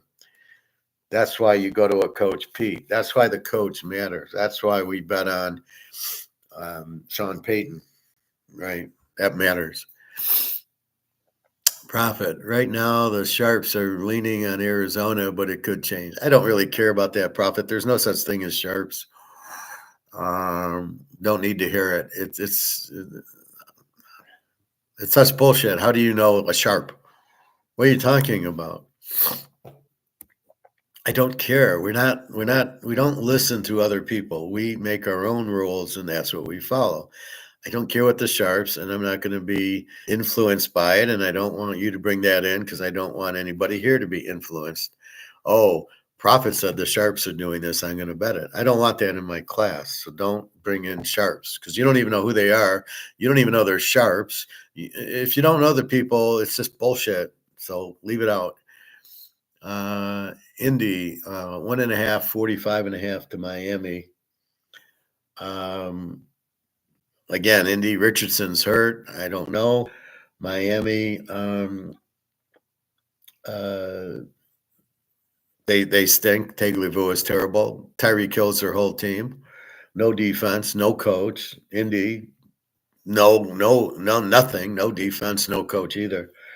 Terrible game. If Richardson plays, it's an over. If he doesn't play, I just take Miami as a dog. Here we go. Cincinnati, Cleveland, Cincy, 5.5, 45.5. Joe Burrow, look at them. Chase is there. Ties Brooks from Texas Tech is the running back. He's very good. I assume and hope that they play him the first game. That's the problem. He's a rookie, like Scatterboo. Are they going to play Scatterboo? Are they going to play Gentry? Are they going to fuck around and not play him week one? So I don't know. But Cleveland's got nothing. If they start Prime Junior, then we're just going to bet against him every week because he sucks. But we'll see. They might have to go with a Pickett. We love Burrow. If they go to Dylan Gabriel, we still love Burrow. Gabriel he'll be like Bo Nix, give him, 7-8 weeks to get going. Prime, I can't see him doing anything. So, does Cleveland have a good defense? I don't know. Since he's going to eat it up, because Cincy will eat up any defense with Joe Burrow, right? So, love Cincinnati here. Tampa Bay, Atlanta. You can tell the sharps that I love Cincinnati. Prophet, Jesus. Tampa Bay, 2.5, 48.5. Over Atlanta, you got to love Atlanta as a home dog with Penix. 2.5, 48 now. I mean, this is a joke. Atlanta as a home dog, very strong. Total 48.5, possibly an over. I don't know. Atlanta added those two stud defensive players from Georgia and Tennessee who are very strong. Tampa, pretty good defense. Baker should score points, but so should Penix. So it should be a good shootout, I think. Frisco, Seattle. Frisco, 1.5, 45.5. Don't really understand this line. If McCaffrey's playing and Purdy's playing, they added these receivers in the draft. They got Kittle. I don't know about Ayuk. And then they added 4 or 5 defensive studs in the draft. Frisco could be back. Seattle stinks. Sam Darnold's not going to help you. He doesn't have Jefferson. The coach is terrible. Their defense is terrible. I don't see how the Niners don't win this game by 10 points. And they're only laying 1.5. It's all 49ers. Tennessee, Denver. Denver, 7.5, 41.5. Tennessee's a Z team. Didn't get any better. Forget Cam Ward. Look at his Washington tapes. Denver, Bo Nix is coming into his own. They added a running back. They added some receivers. They added some defense. And they have Sean Payton. And they're at home. And they do not lose. They're not going to lose this game at home. Houston goes to the Rams. The Rams, 2.5, 46.5. That line hasn't moved. The Rams, very strong team. Devontae Adams and Puka and Stafford. They got running. They got a defense. Look for the Rams with their coach. I can't think of his name. Look at them to make a serious to win the West and make a serious playoff run. Them and the Eagles, them in Washington, them in Atlanta. So this should be very good for the Rams. We'll be betting them a lot, and they're way undervalued. 2.5. Houston, good defensive team. CJ Stroud sucks. No running. A lot of injuries. We'll see how they get any better. I think the Rams at home are good here. I think the under might be good here too, as Houston's really got a solid defense. Green Bay, 1.5, 9.5. You got 2 over teams. Detroit, no defense. Green Bay, not much defense. Green Bay, Jordan Love's not that good. Goff's terrible. Detroit has more balance. New offensive coordinator. New defensive coordinator. Their defense is going to give up 30 points. Green Bay, good offensive coach. Their defense was kind of weak.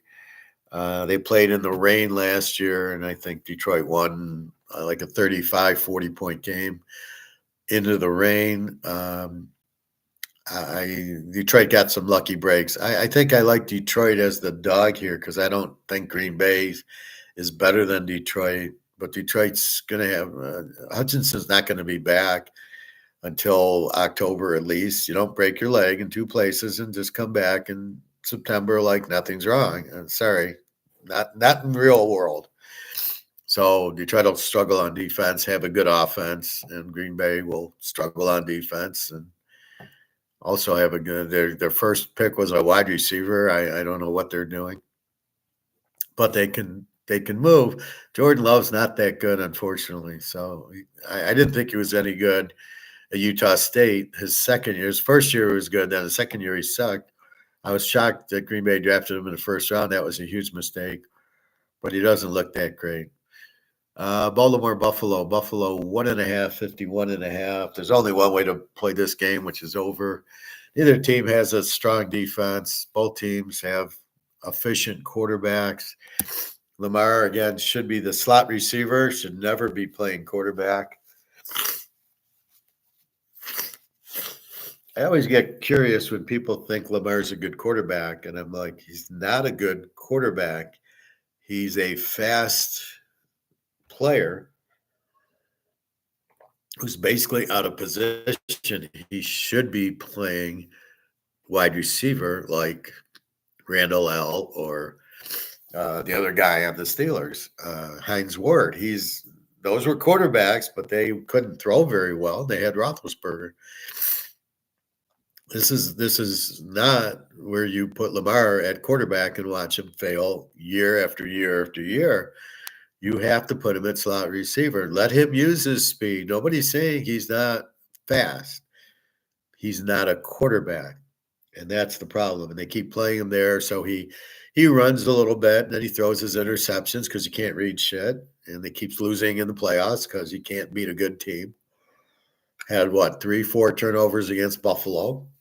Then he comes back at the end, so it looks, we lost by 4 or something. Made it look close, but it wasn't close. Buffalo had it. Buffalo, good offense. Josh Allen, little overrated. He's okay, but he can't win the big one either. I never thought he was all that good in college. He doesn't read blitzes very well.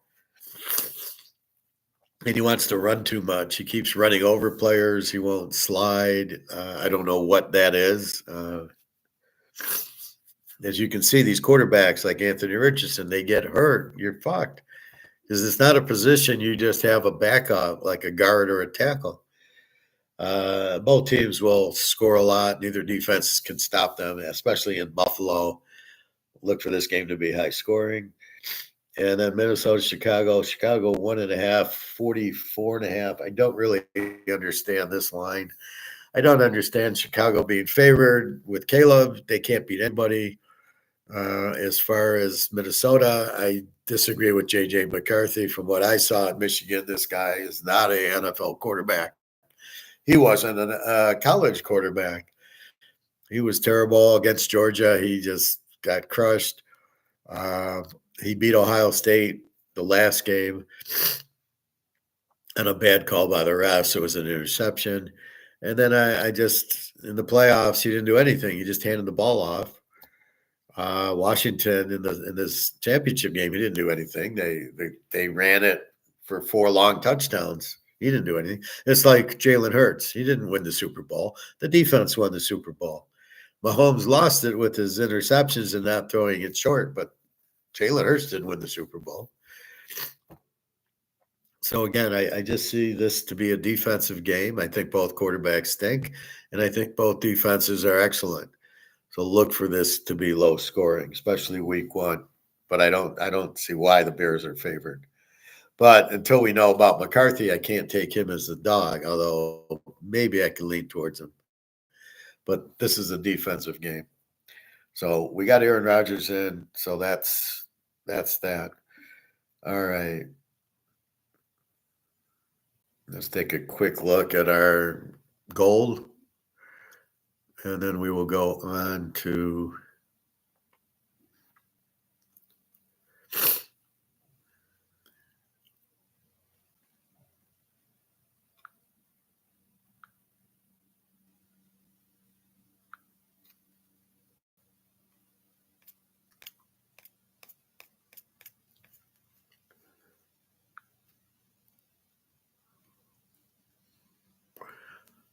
All right, gold's 33.21, silver 36.47. So silver's hanging in there. It's down 19 cents. We're hoping we saw 37, so maybe 37's the pressure point. We thought it was 35, then 36. Here it goes. So 36. Gold 33.22. It's probably be there. It's just not moving lately. I guess getting ready for Basel 3. The U.S. has no choice but to buy because they got to pay off the options when the people want to take delivery. They got to have the gold to do the delivery. It's coming July 1st. So I would assume they're doing a shitload of buying because they owe a shitload of gold to these, especially China and Russia. Um, let's see what the Dow's doing. The Dow's down 14. No, that's at 10:07. We're at 1 o'clock. The Dow is up 99. This is a bubble. Why is the Dow up? You've got tariffs, you've got inflation, which makes the dollar worth less. You have uh, the trade with China and this whole tariff thing. Why would the dollar? Why would the market be up? Very very wrong there.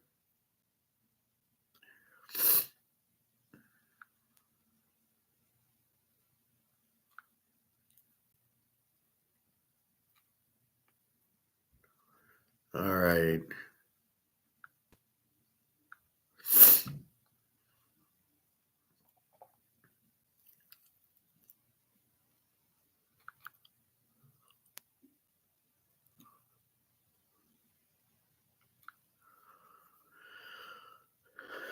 All right, let's look at a few videos.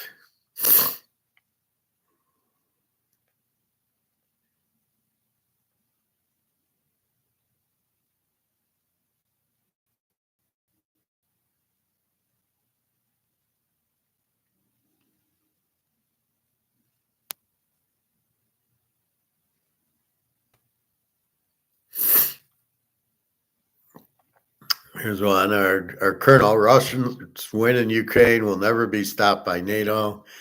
We know that. Russia's already won. Jesus. I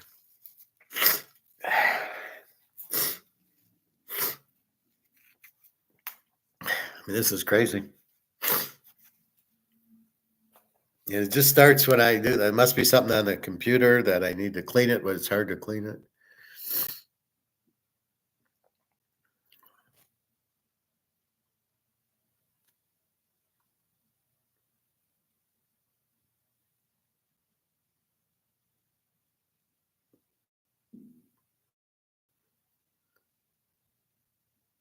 U.S. warning to World Bank fails. U.S. to banks cut ties with China or lose access to dollars. I don't know where Trump's coming up with this shit. You can't. It's like me telling you what to do. Who am I, and why would you listen to me? You've got you're running your own family or your own business. Now I can tell you to buy gold and silver, but I can explain it. But again, I'm not forcing you to do anything. Here, U.S. to banks cut ties with China or lose access to dollars, and they're all going fine. We don't care about the dollar; it's worthless, and that's what Trump's really struggling with. He doesn't get that the dollar's worthless. Everybody knows it. So if you cut it, nobody cares. They're all buying gold anyway. Kharkov is in ruins. UAV base destroyed. So Kharkov's a city in Ukraine, and this is what happens when you do these droids on Russia. Um, Putin's mad. So what was the point of that? You're not going to defeat Russia by putting droids on their airplanes that were not even being used, and let a sleeping bear lie, right? So that's not what they do. Profit. It could be a high pollen count in your area right now. Maybe. I don't think so, but I mean, I'm not. I'm in the house, so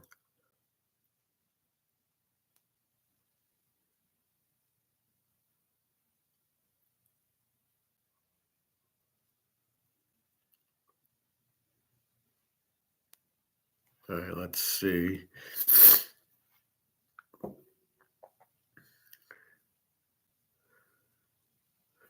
So we have Trump's warning, China's stealth move, Trump demands China obey the U.S. I don't understand Trump. Does he really think China is going to do what he says? China doesn't care what he says, and he bullies it. It's not even a fair trade. If Trump would say, "Look, you do this, we'll do that for you," but he's just saying Trump demands China obey, and China's like, why would they? Uh, Alligator will watch a little. China's post-dollar gold plan. Well, we already know what it is. They have a gold-backed currency. Duh. China rejects U.S. ultimatum. China rejects UK-Chinese ties. Again, Trump making ultimatums that he can't make ultimatums to China. You can do it to the weak countries, but not to China. Banks prepare for collapse. It's 2008 again. So we will watch this one. Again, the problem is people aren't going to have money. They're maxing out their credit cards. And, but you owe the banks money, but you can't pay them back. Well, that's what happened in 2008. You bought the house, you owed for the house, but you couldn't afford it, so you defaulted on it. Said, I can't pay it. And what happens is the banks collapse because the banks are the ones you're paying, right? The bank gives you the loan, you got to pay them back. And if you don't, then the banks don't have the money in and the banks collapse. And that's what's happening now. But it'll be with credit cards. 40 trillion in trade gone. China just killed the dollar. That's a good one. We watch them because we don't know what's going on in China and that, so we learn, and that's what this is about: is seeing what's happening, and our reaction to it. Now we know the dollar's gone. We know it's been inflated to zero. So the answer is buy gold and silver, which is what we're doing. I think I might go buy 10 ounces of silver today. Especially it's holding 36. It cost me 38. 10 ounces would be 380. I can see the reason I'm excited is it's broken out of it. 34. It finally got over 34. It got over 35. It got over 36. Here comes 100. So it's a no-brainer to go buy 10 more ounces of silver at 34. Right? It doesn't. Now that it's gone, it's going to 100. So why not buy 10 more on it's going to cost me 38, but it's going to be 100. And as we get closer to July 1st, and as we see it breaking 36, it's not going to slow down. I'm surprised it's kind of doing nothing today. But again, we're in the hands of derivatives. We are not in the hands of the free market. And you must understand the difference. The free market prices this, that. I'm going to sell you this. You go to the grocery store, you buy it. And whatever that price is free market. This is what I'm selling it for. This is what you're buying it for. And then that's not what happens in silver and gold. It's done by options. It's got nothing to do with the market. It's controlled, from what I understand, a little bit of Britain and a little bit of JP Morgan. And they're controlling the price. And the more I'm thinking about it, my spider senses tell me that Britain's running the U.S. as Britain did before. So I think they're running the U.S. and trying to keep control of the British Empire, which is obviously gone. They've inflated themselves. So this is the point.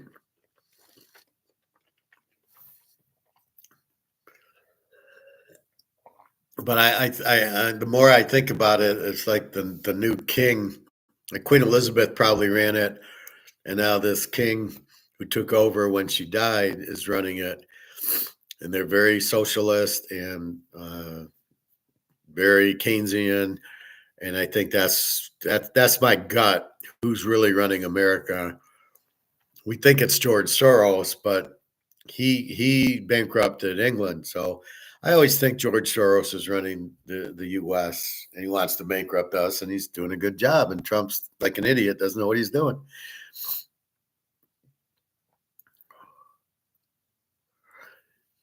My Stoic one. You're not antisocial, you're intelligent. This is a real good one. I'll play that. And then Brick and Asian ditched the dollar. Uh, we looked at the BRICS the other day. BRICS in Asia ditched the dollar, which we know they're going to the gold-backed currency. So let's start with our Stoic one.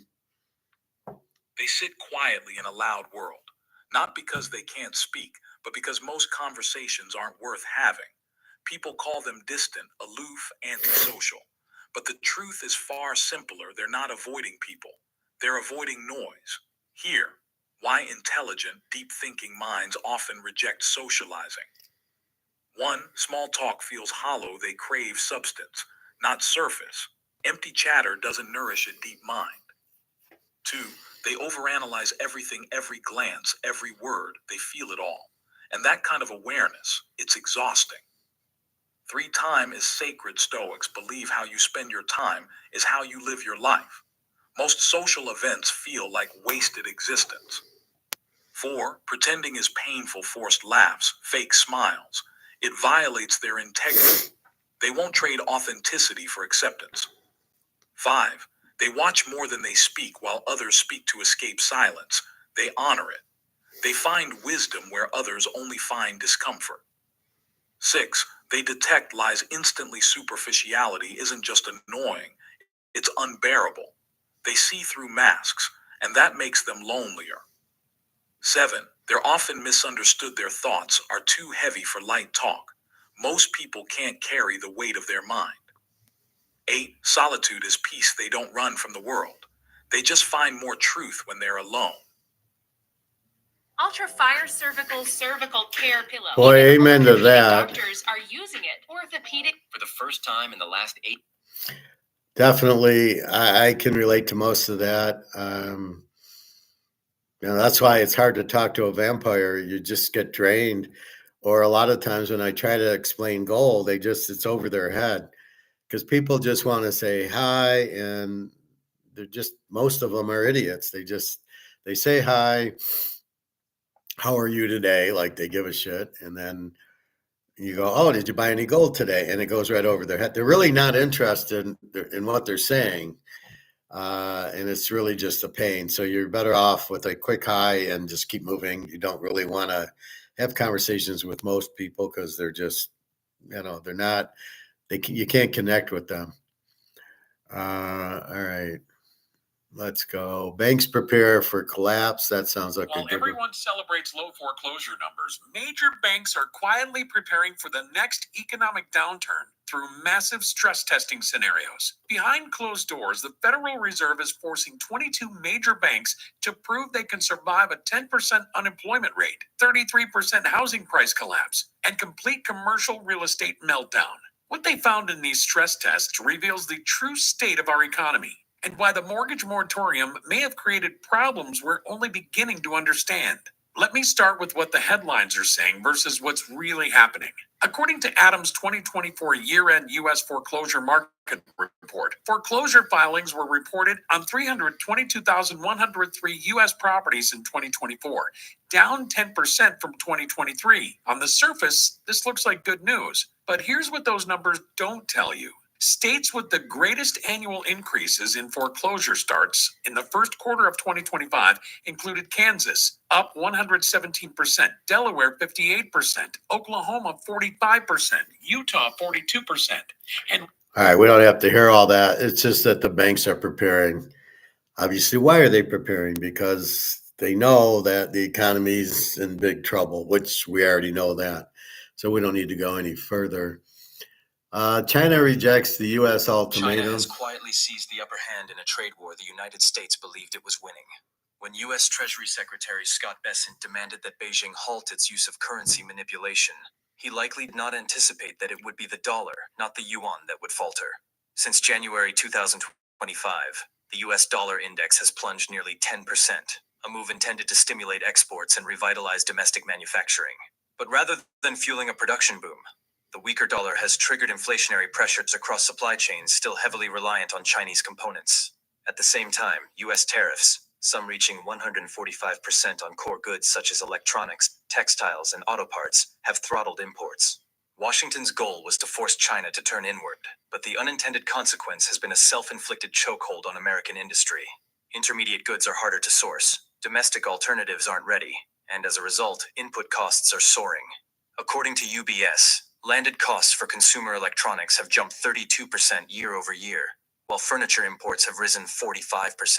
March 2025 saw a 1.1% spike in core goods inflation, the highest monthly increase in 4 years, driven largely. I don't know what the fuck goods inflation is. It doesn't make sense.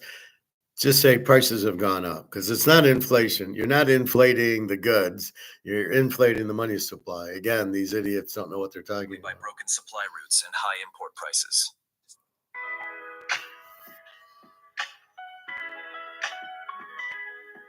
Broken supply routes and high import prices. Despite these conditions, China's yuan has remained stable, depreciating just 3.2% over the same period. A stark contrast to the 14.5% devaluation seen during the 2018 trade war. That stability isn't accidental. It's part of a deliberate strategy. Beijing has kept the yuan within a tight trading band while its central bank, the People's Bank of China, cut its one-year loan prime rate to 3.35% in March, stimulating domestic demand without currency volatility. This stability, combined with strategic monetary injections, more than $210 billion into state-owned banks, has strengthened China's economic posture, even as the US dollar declines. The markets are responding decisively. Net short positions against the dollar totaled $17.2 billion in April, up from $9.8 billion in January, according to CFTC data. This isn't merely speculative activity. It's a reflection of diminishing global confidence in US policy coherence. Bloomberg's dollar index shows the greenback weakening against most major currencies, while the yield gap between 10-year US Treasuries and Chinese government bonds has narrowed to just 32 basis points, its tightest level since 2006. The traditional incentives to hold US assets are eroding. American manufacturing isn't ready for this pivot. The Federal Reserve's March industrial production report revealed a 0.6% monthly contraction, with capacity utilization falling to 76.8%. Reshoring efforts remain years behind expectations. The labor market, meanwhile, isn't filling the gap. Manufacturing job openings dropped 17% year over year as of February, according to the Bureau of Labor Statistics. Construction materials and machinery, much of which still comes from China, have become significantly more expensive, contributing to a 1.3% increase. Well, it's because of your tariffs, as I've explained. So again, we're really not learning much, but we're seeing what's happening. Whatever the U.S. is doing, they're idiots. Raising tariffs raise costs, which raise prices by the manufacturer. And then if we can afford it, we buy it. And if it's too high and we don't have a fair trade, we don't buy it. Most of the things we don't buy. Only the critical things we can't, and we can't substitute and go to Japan or Korea for the goods that are only made in China. So we're fucked. We are fucking ourselves by making the prices higher. What are we doing? You can't make the prices higher without having an alternative. So if, grass-fed goes up to $20 a pound for hamburger, I can just get the regular. So they have to compete. So this is where it's just lost what the hell they're doing. They have no plan. They don't understand Austrian economics, which is the biggest problem. And they try to bully China. Like, you can't bully China. They're communists. You're not going to be able to bully them. Hi, David. How are you today? What's going on? We're watching the U.S. dollar collapse, so enjoy. What's new? Well, we're going through some shit here. Trump's warning, China's stealth. Trump demands China obey the U.S. Not going to happen. China rejects U.S. ultimatum. Banks are preparing for collapse. Just the normal economic stuff that we talk about. And the thing is, we've already talked about all this. This is nothing new to us. we know what's happening. We know China is rejecting the US because the dollar's not worth anything. It all comes back to the inflation. The dollar's not worth anything. You cannot threaten. It's like the Joker. Facebook keeps trying to take this post down. You Members cannot. of Congress are trading daily. You cannot threaten Is them. the end You can't threaten China because they don't want your dollar in the first place. Oh, we're going to tariff you. Well, it doesn't work if the dollar's not worth anything.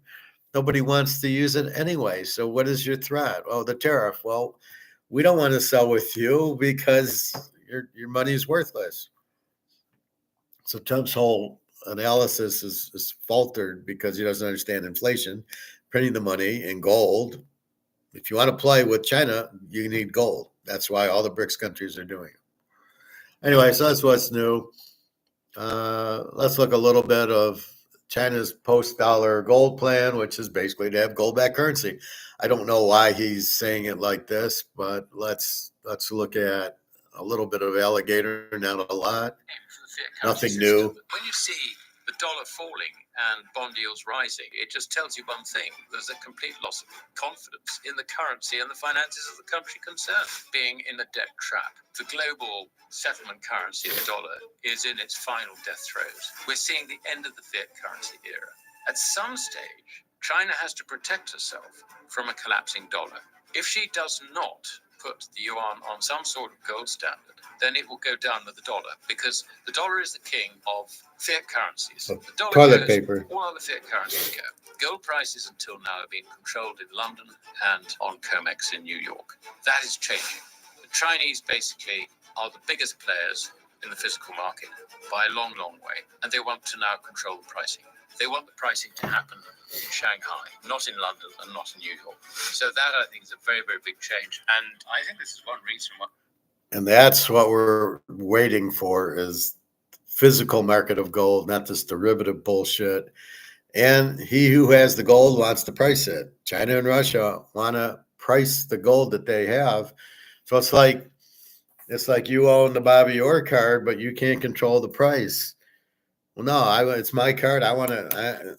So it's like somebody telling you what to sell it for. Well, gosh darn it, you can only sell this for $5,000, but it's worth 50 on eBay. Yeah, but we're controlling the price, and you can only get $5,000 for it. That's what the derivatives are. That's what's happening in the gold and silver market. You can't get the real price of gold and silver because JP Morgan and whoever in London is controlling that price with these stupid derivatives and options. And that's where we're bitching, give us a physical price. And when we get it, gold is 10,000 an ounce, silver is 2,000 an ounce. And that's what people are having a hard time understanding. It is not a real price. The real price of gold is here, and COMEX is here. And that's why we buy, because it's not anywhere near it. It is certainly not in a bubble like Bitcoin and the stock market are in bubbles, and the housing market are in bubbles, because the demand is overvalued. So the value of Bitcoin is probably 5,000 and it's 100. That's a bubble, and it'll go down. And who knows? It's not even real. And the stock market is nowhere near 42,000. Yet that's where it is. So the bubble will burst like in 2000, like in 2008. And then, 2008 was a housing bubble, not a stock bubble. But that's what'll happen. And that's why you just stay clear of it. You're out of the market. You don't fuck with Bitcoin, and you just sit in gold and silver, and you be patient, because it's going to get to its real price. And that's where BRICS comes in for us. Thank you, BRICS. So this is why I eat Chinese food, right? All right. He says everybody's getting away from the dollar, means no demand, means no value. You can only have value if you can sell it. If nobody will buy Bobby Orr, this car is worthless, right? No matter how good he is, and no matter what the condition, if there's no buyer for it, it's worth zero. If there is a buyer, then it's worth whatever the buyer will bear. That's the free market. That's what we want in gold and silver. And we're waiting patiently. And BRICS is the variable change that we've been waiting for. Now we buy it, and now you can see it's going up.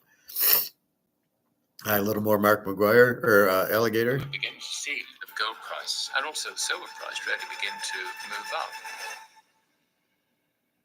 Welcome to the Microscopic Podcast presented by Gold Republic.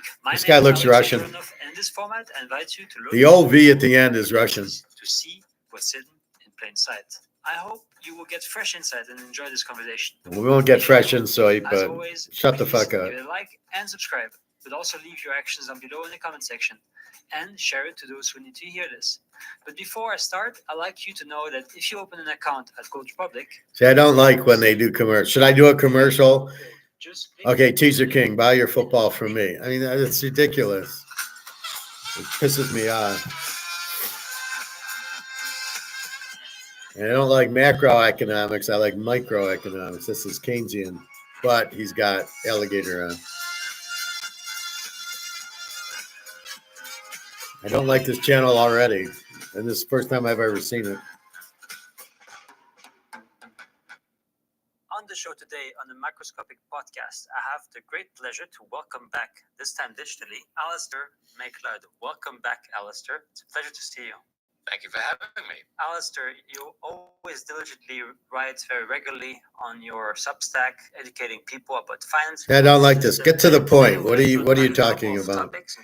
couple of subjects that are, I think, of the utmost importance, and those are obviously the moment of the brink, you could say, of a global collapse in bonds that's been triggered by several factors. We'll talk about a move towards East, and more in particular, China, in terms of the repricing of gold, and obviously... All right, the pricing of bonds. Bonds are broke because the U.S. is broke and most of the other countries are broke, so they'll never be able to pay them back. So if you bought a bond for $10,000, how are they going to pay you back? There's 37 trillion in debt here and 70 trillion in other countries, so you'll never get paid back. That's why the bond market's crashing, because you got to be out of your mind to buy a bond, because they're all in debt and they can't pay you back. It's as simple as that. I don't know why they make it harder. The whole rewiring of the global trade system that the tariffs have been kind of influencing lately. So my first question to you would be, because we haven't talked since a couple of months already, and I think it's a good basis to start this conversation, is how would you describe the policies undertaken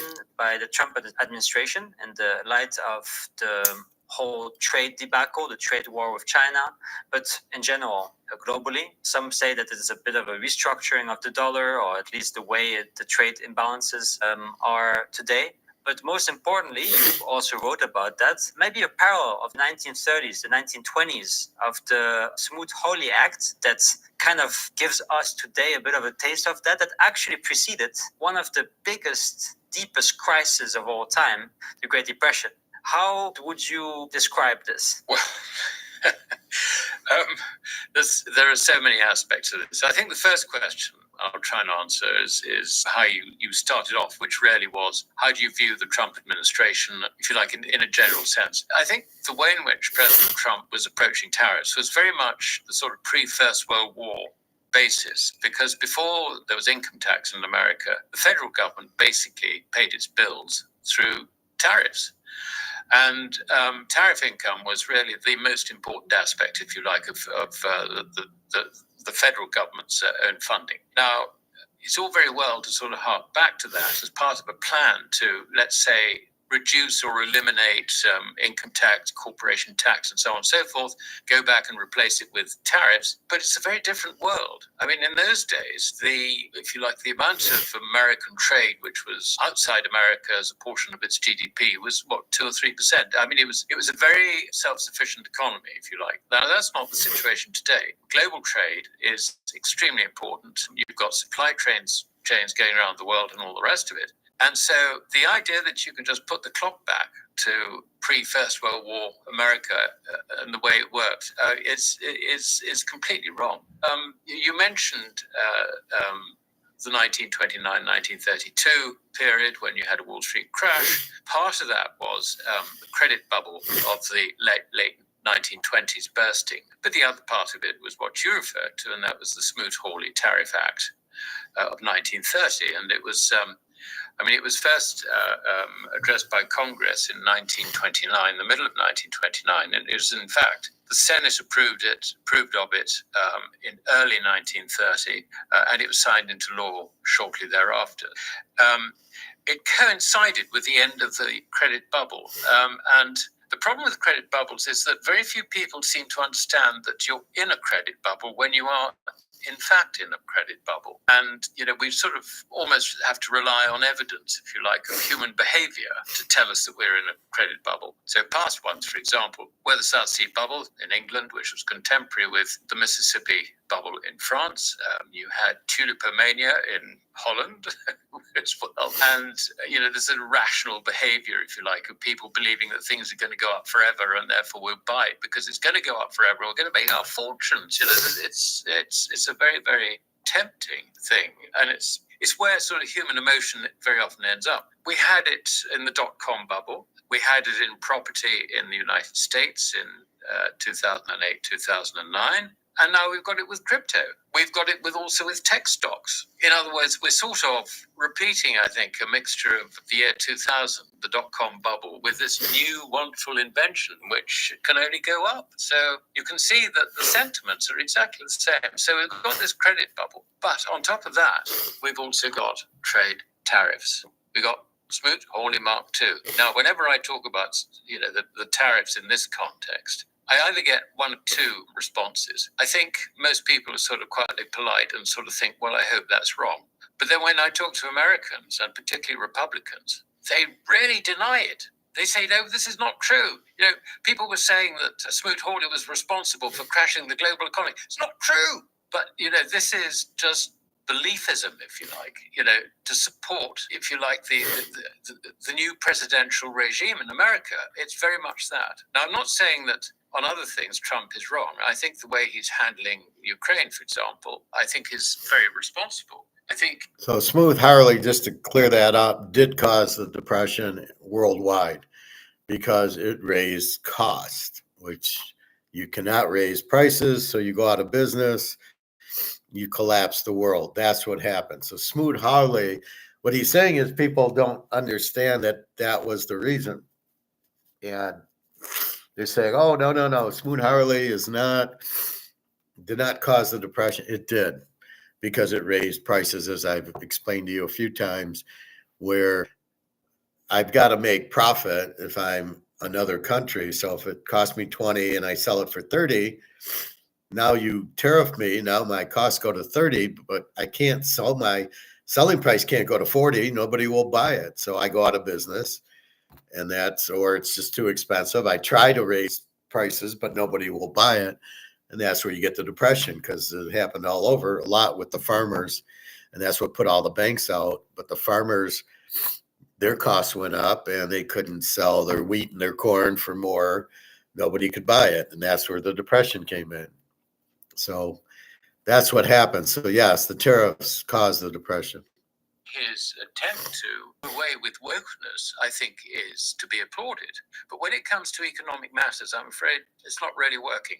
I am extremely concerned that there's coincidence, if you like, of credit bubble, which I will describe purely by symptoms. Or the other way to look at it, look at the debt, because for every credit there is a debt. The amount of debt we have in the world, I think everybody would agree, is absolutely horrendous. And I'm sure we'll talk about that.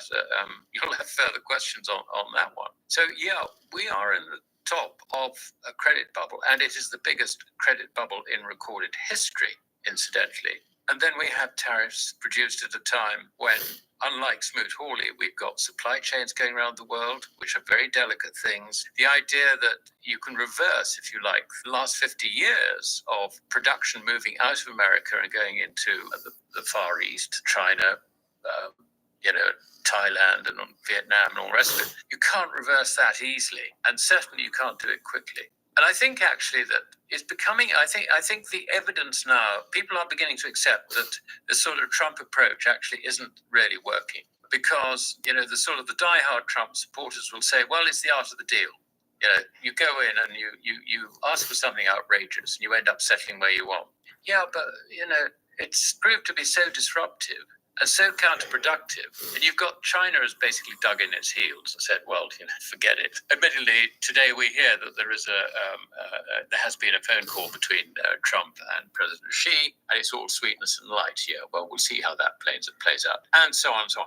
I mean, the fact is that the art of the deal has not worked when it comes to trade, and it is still going to be, in my view, at least as disruptive, if not more disruptive, than the Smoot-Hawley Tariff Act in 1930. I think that's roughly where we are. This also has consequences, obviously, on the credibility of the dollar, and thereby also the link that you've made in one of your posts about the US ability to finance itself through the issuance of its treasuries, and thereby having a profound impact on not only the confidence of the dollar worldwide as a global reserve currency, but also on the actual survival and functioning of the US government. I think that the dollar's credibility has been gradually undermined, and this is particularly since President Putin's special military operation when he invaded Ukraine. The confiscation of fiat currency assets showed quite clearly that the dollar was weaponized, if you like, and it allowed President Putin to tell the world, look, if you're going to deal with America, this is what you get. And so I think particularly for sort of Shanghai Cooperation Organization members, for BRICS and those who might want to join, they're very much aware of the weaponization of the dollar. And so, on the margin, they'd rather not have to deal with it, if you like. So I think that is probably one of the most important things. And I'm sure that this is one reason why China has for some time now been reducing its exposure to the currency. The other reason, obviously, is political. But I think the most important reason now is that it's becoming obvious to major central banks in particular, and I think also the sovereign wealth funds who, are close to them, or if you like, share the advisors and advice, if you like, the central banks have. They're looking at the US debt situation and see it being in a debt trap. And this is why nobody is really interested in buying long duration treasury bonds. It is why the US Treasury just can't fund itself out along the yield curve. I mean, yeah, sure, you always get a pension fund which has got long-term liabilities which it needs to cover, or you've got certain types of insurance and reinsurance that need that long-term cover, and they will try and match it, if you like, in terms of investment maturity. But other than that, I mean, the idea that you should hold US Treasury debt, and particularly of any duration, when the means to cover the interest costs are lower than those interest costs. In other words, if the debt is growing faster than GDP, and particularly private sector GDP, you are in a debt trap. You're in a situation where the debt spirals out of control. And under those circumstances, do you really want to buy US Treasury debt? And the answer increasingly is increasingly understood by more and more actors in the bond market. No, we don't want to do this. And so, you've got even the... And that's because you won't get paid back. So the debt makes it very expensive, and you owe 37 trillion. How are you going to pay it back? And by the way, who gets paid back first? You can't pay the 37 trillion. If I take $10 million in bonds, am I going to get paid back? I'm not in business to give you $10 million in bonds and not get paid back. So the confidence level I have of getting paid back is zero because you owe 37 trillion. So you can't sell your bonds. But if you can't sell your bonds, how do you exist as a country? Your expenses are a lot more than your income. You get tax revenue, and that's it. That's why he's trying to do tariff revenue. But he's losing his mind with these long tariffs. That's not going to work. So he's trying tariff revenue as a way to help to get at least enough money to pay your expenses. But then you've got $1 trillion of interest, the defense contractors, the Social Security, and the Medicare, and you can't do it all. And nobody wants your bonds, which is what you need if you're spending $10. If you're spending $10 and you only get $5 in, you keep losing $5 every month.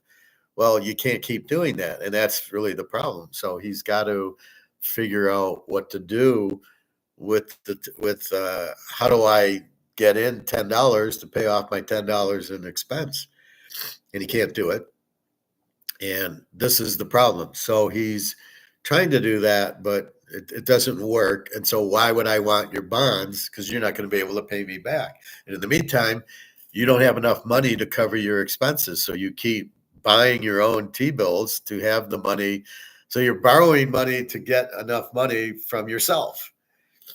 And you buy it from the Fed. The Fed's buying your bonds. Well, that doesn't help you. You still owe somebody, and you're not getting enough. So you don't have enough income to cover your expenses.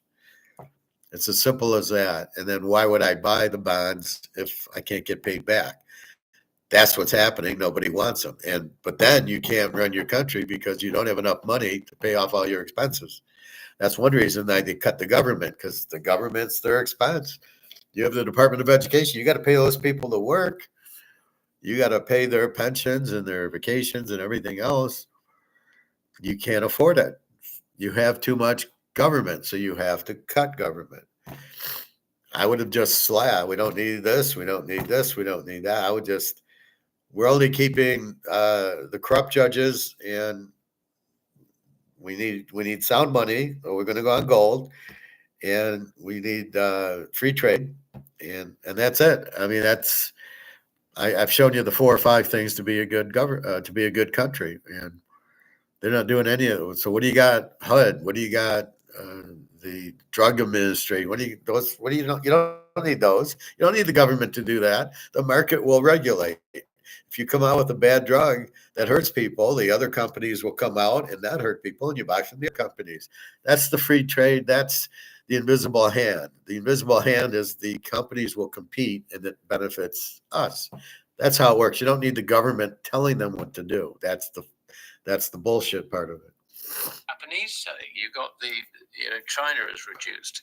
I mean, if you want to know, just about, I think the second largest holder of US Treasury debt is the combination of the Luxembourg and Cayman Islands. Now, here we are looking at offshore US interests, in effect, because in Cayman Islands, that is the center for captive insurance for US insurance companies. And if you look at Luxembourg, that is, if you like, the center in which US financial organizations create funds to enhance the bond returns for citizens. It is a facility there, if you like, which they're using to funnel funds back into America.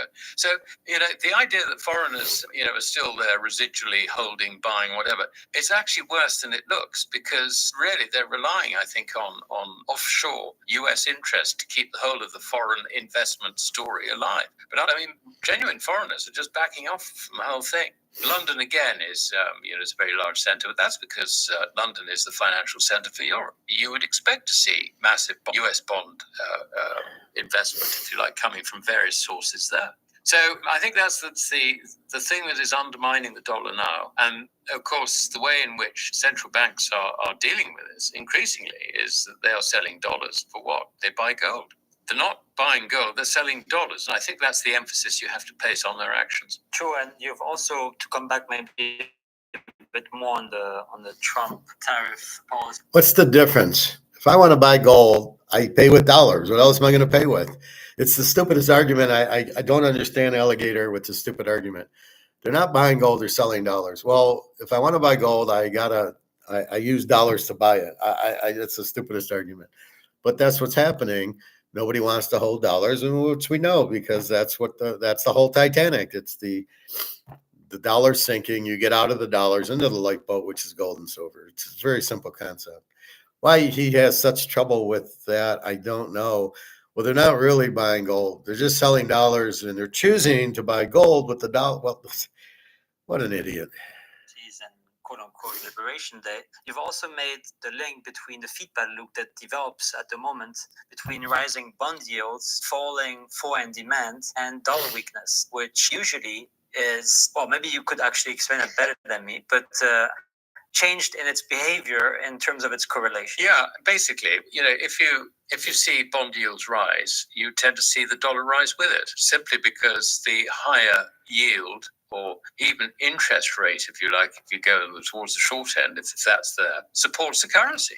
But it's now gone the other way. And this, I think, is just, when you see the dollar falling and bond yields rising. I mean, it's basically, it just tells you one thing: there's a complete loss of confidence in the currency and the finances of the country concerned, and we have seen this. So if there's no confidence, there's no value.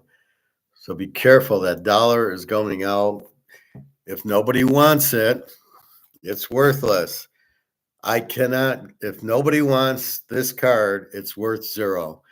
Even though we think it's worth a lot of money, only if we have a market and a buyer. If we don't have a market and a buyer, it's not worth anything. So keep that in mind. Your house will be worth zero, and what's going to save it is gold will then buy your house for you, or your car, or whatever. Again, you can only sell it if there's a buyer, and you need money to make the combination of the seller selling it to the buyer. What are you going to sell it in? Oh, well, we need $1. Well, no, it's collapsed. Nobody wants it. Oh, then what do we use? What do we use to make the market work? And that's where gold comes in. Gold's very important. Silver's very important. They're both real money. Just keep that in mind. That's why you run out and buy it. So any chance you get, go out and buy it.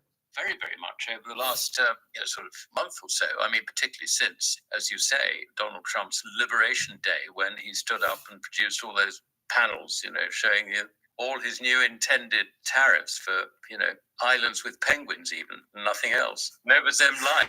No, I thought that was possible. But it was just crazy. The whole thing was just it was a nonsensical exercise. But it scared everybody. It really scared everybody. And I think the other thing I would say is that it's all very well, us talking about bond yields and so on and so forth. The real carnage, I think, which is yet to happen, is going to be in the U.S. equities, because the largest category of investment, U.S. investment, financial investment held by foreigners, is in equities. According to the U.S. Treasury's tick figures, it's around about $15 trillion worth, out of a total of 40, which about 10 is sort of cash or near cash. 15 trillion is quite a lot.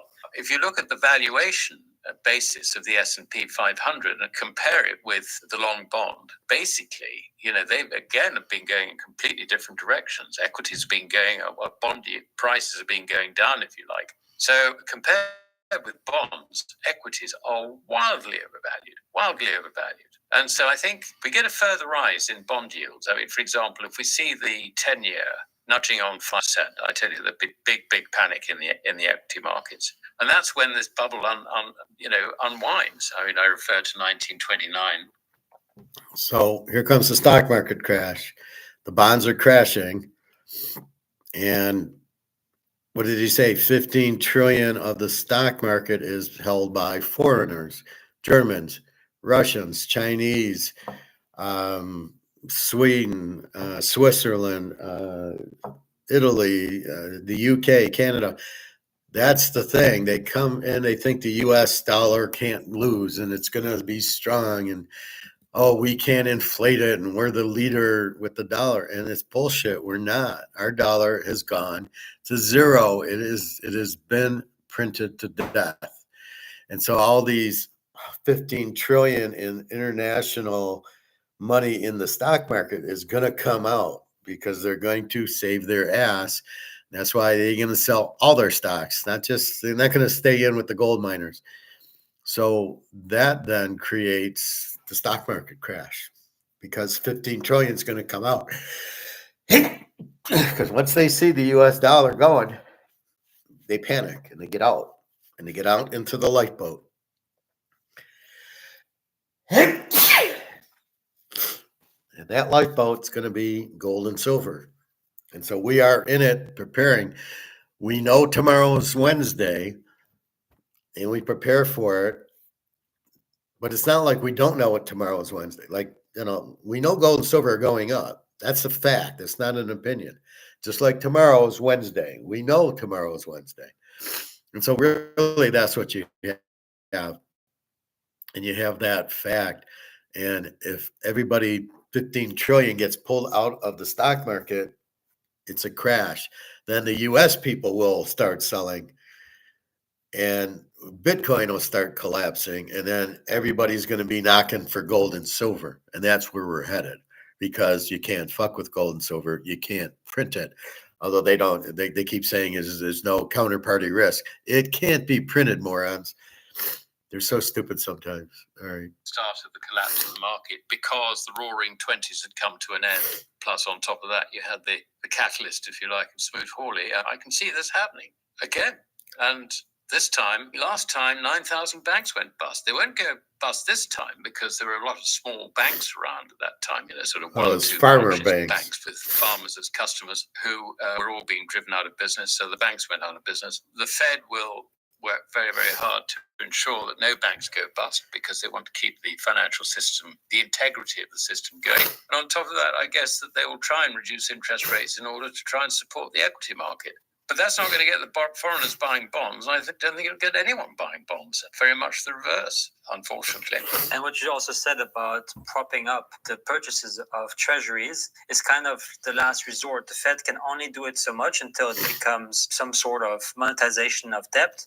And thereby what you described with the proxies of Luxembourg, Cayman Islands, but also the UK, which also rose as the second biggest holder of treasuries, which is kind of insane, and all kinds of other little entities, countries. Most importantly, and I think that could be also an interesting topic, is how Tether, the USDT, has also been a way of funneling in those unwanted treasuries, which at auctions have been made empty calls of people just uninterested, any participant in the market uninterested to buy this debt.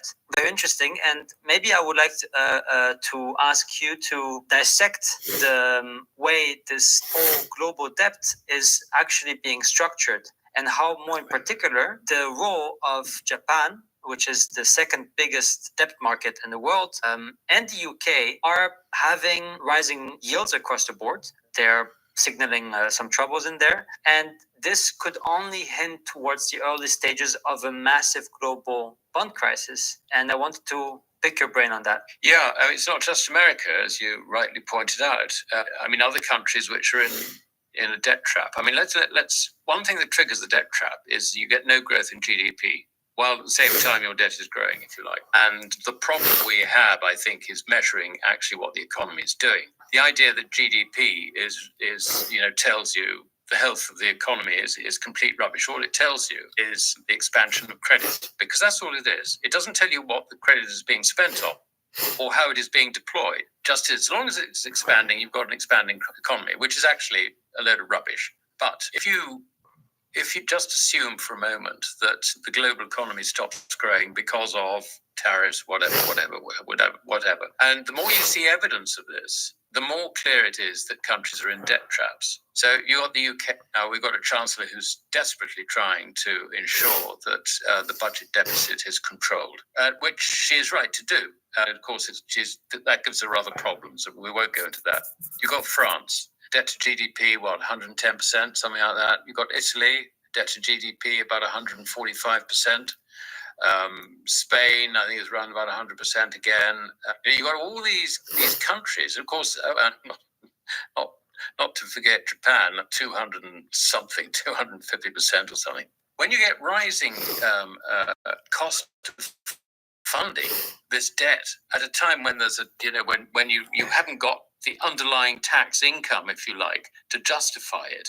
In other words, when the debt is growing more rapidly than the means to cover it, then you're in a debt trap. And so you've got all these major G7 nations in a debt trap. I think the only exception possibly is Germany. But with its new government, it's going to go in that direction, I fear. So what we're looking at, I'm afraid, is not just the dollar problem. We're looking at a far wider problem. And it's just a question of who takes the lead in it. And at the moment, it's the dollar taking the lead. Well, the whole world they're following the same playbook. It's Keynesian. We'll just keep expanding and we'll go into debt and we'll sell our bonds and we'll have big governments and we'll pay for these wars with money we don't have. And this is the problem. And it's the military spending, it's the pensions, the older people. Everybody's sitting there not working, they're in Bitcoin.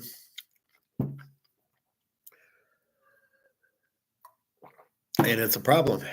And it's all over the world because they all don't back their money by gold. And that's where BRICS comes in, backing the money by gold. And that's why they're going to win. And that's why we buy gold, because it's the only place to go. And I will leave you with that. So, excuse me, but I don't know. A lot of sneezing.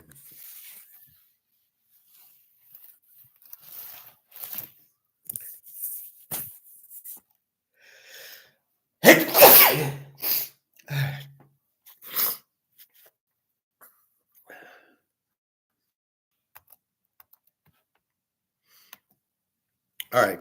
So baseball, Cleveland under 8. The Mets under 7.5. The Yankees under 8, 5 units. That's our lock. Frisco and Oakland over 9. That's your baseball for today. Any other questions or comments, let me know. You can reach me at www.teaserking.com. Get my email. Keep that. We know what's going to happen. I'll watch this alligator a little bit more to see if there's anything worth something, but I hate to just play it. I like to intercept, but I just found these 4 or 5 videos. Again, Trump's warning. Trump demands China obey U.S. currency. Well, why would they? It's worthless. I mean, Trump's whole point doesn't make sense. Your dollar has no value. Why would we care if you sanction me? It doesn't matter. So that's what's happening. Anyway, let's take our last look at gold and silver.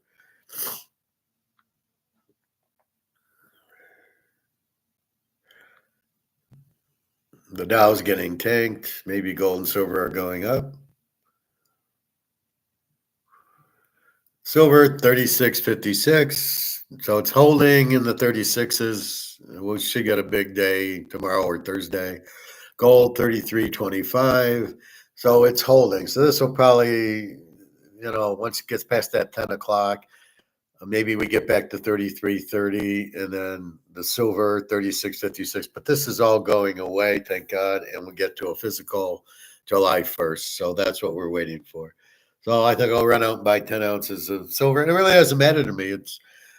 I take $400 if it's 34 or 36. It's the same, stuff.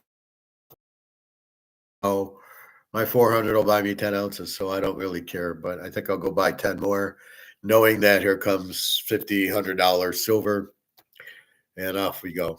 So I think I'll do that on our way, and then I got swim, and that's it. So anyway, I hope you learned. www.teaserking.com. We went through NFL week 1. What's going on?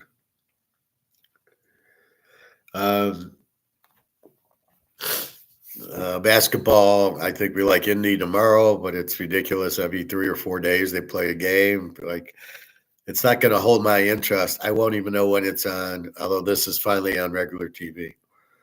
Anyway, look for bricks and gold in Russia. My FX at 79. I need it higher so I can help Daria. Otherwise, it's in trouble. All right. So I will talk to you tomorrow. Have a nice day. www.teaserking.com. All right, everybody. Take care. Be good and watch our gold and silver go July 1st. All right. Take care, everybody.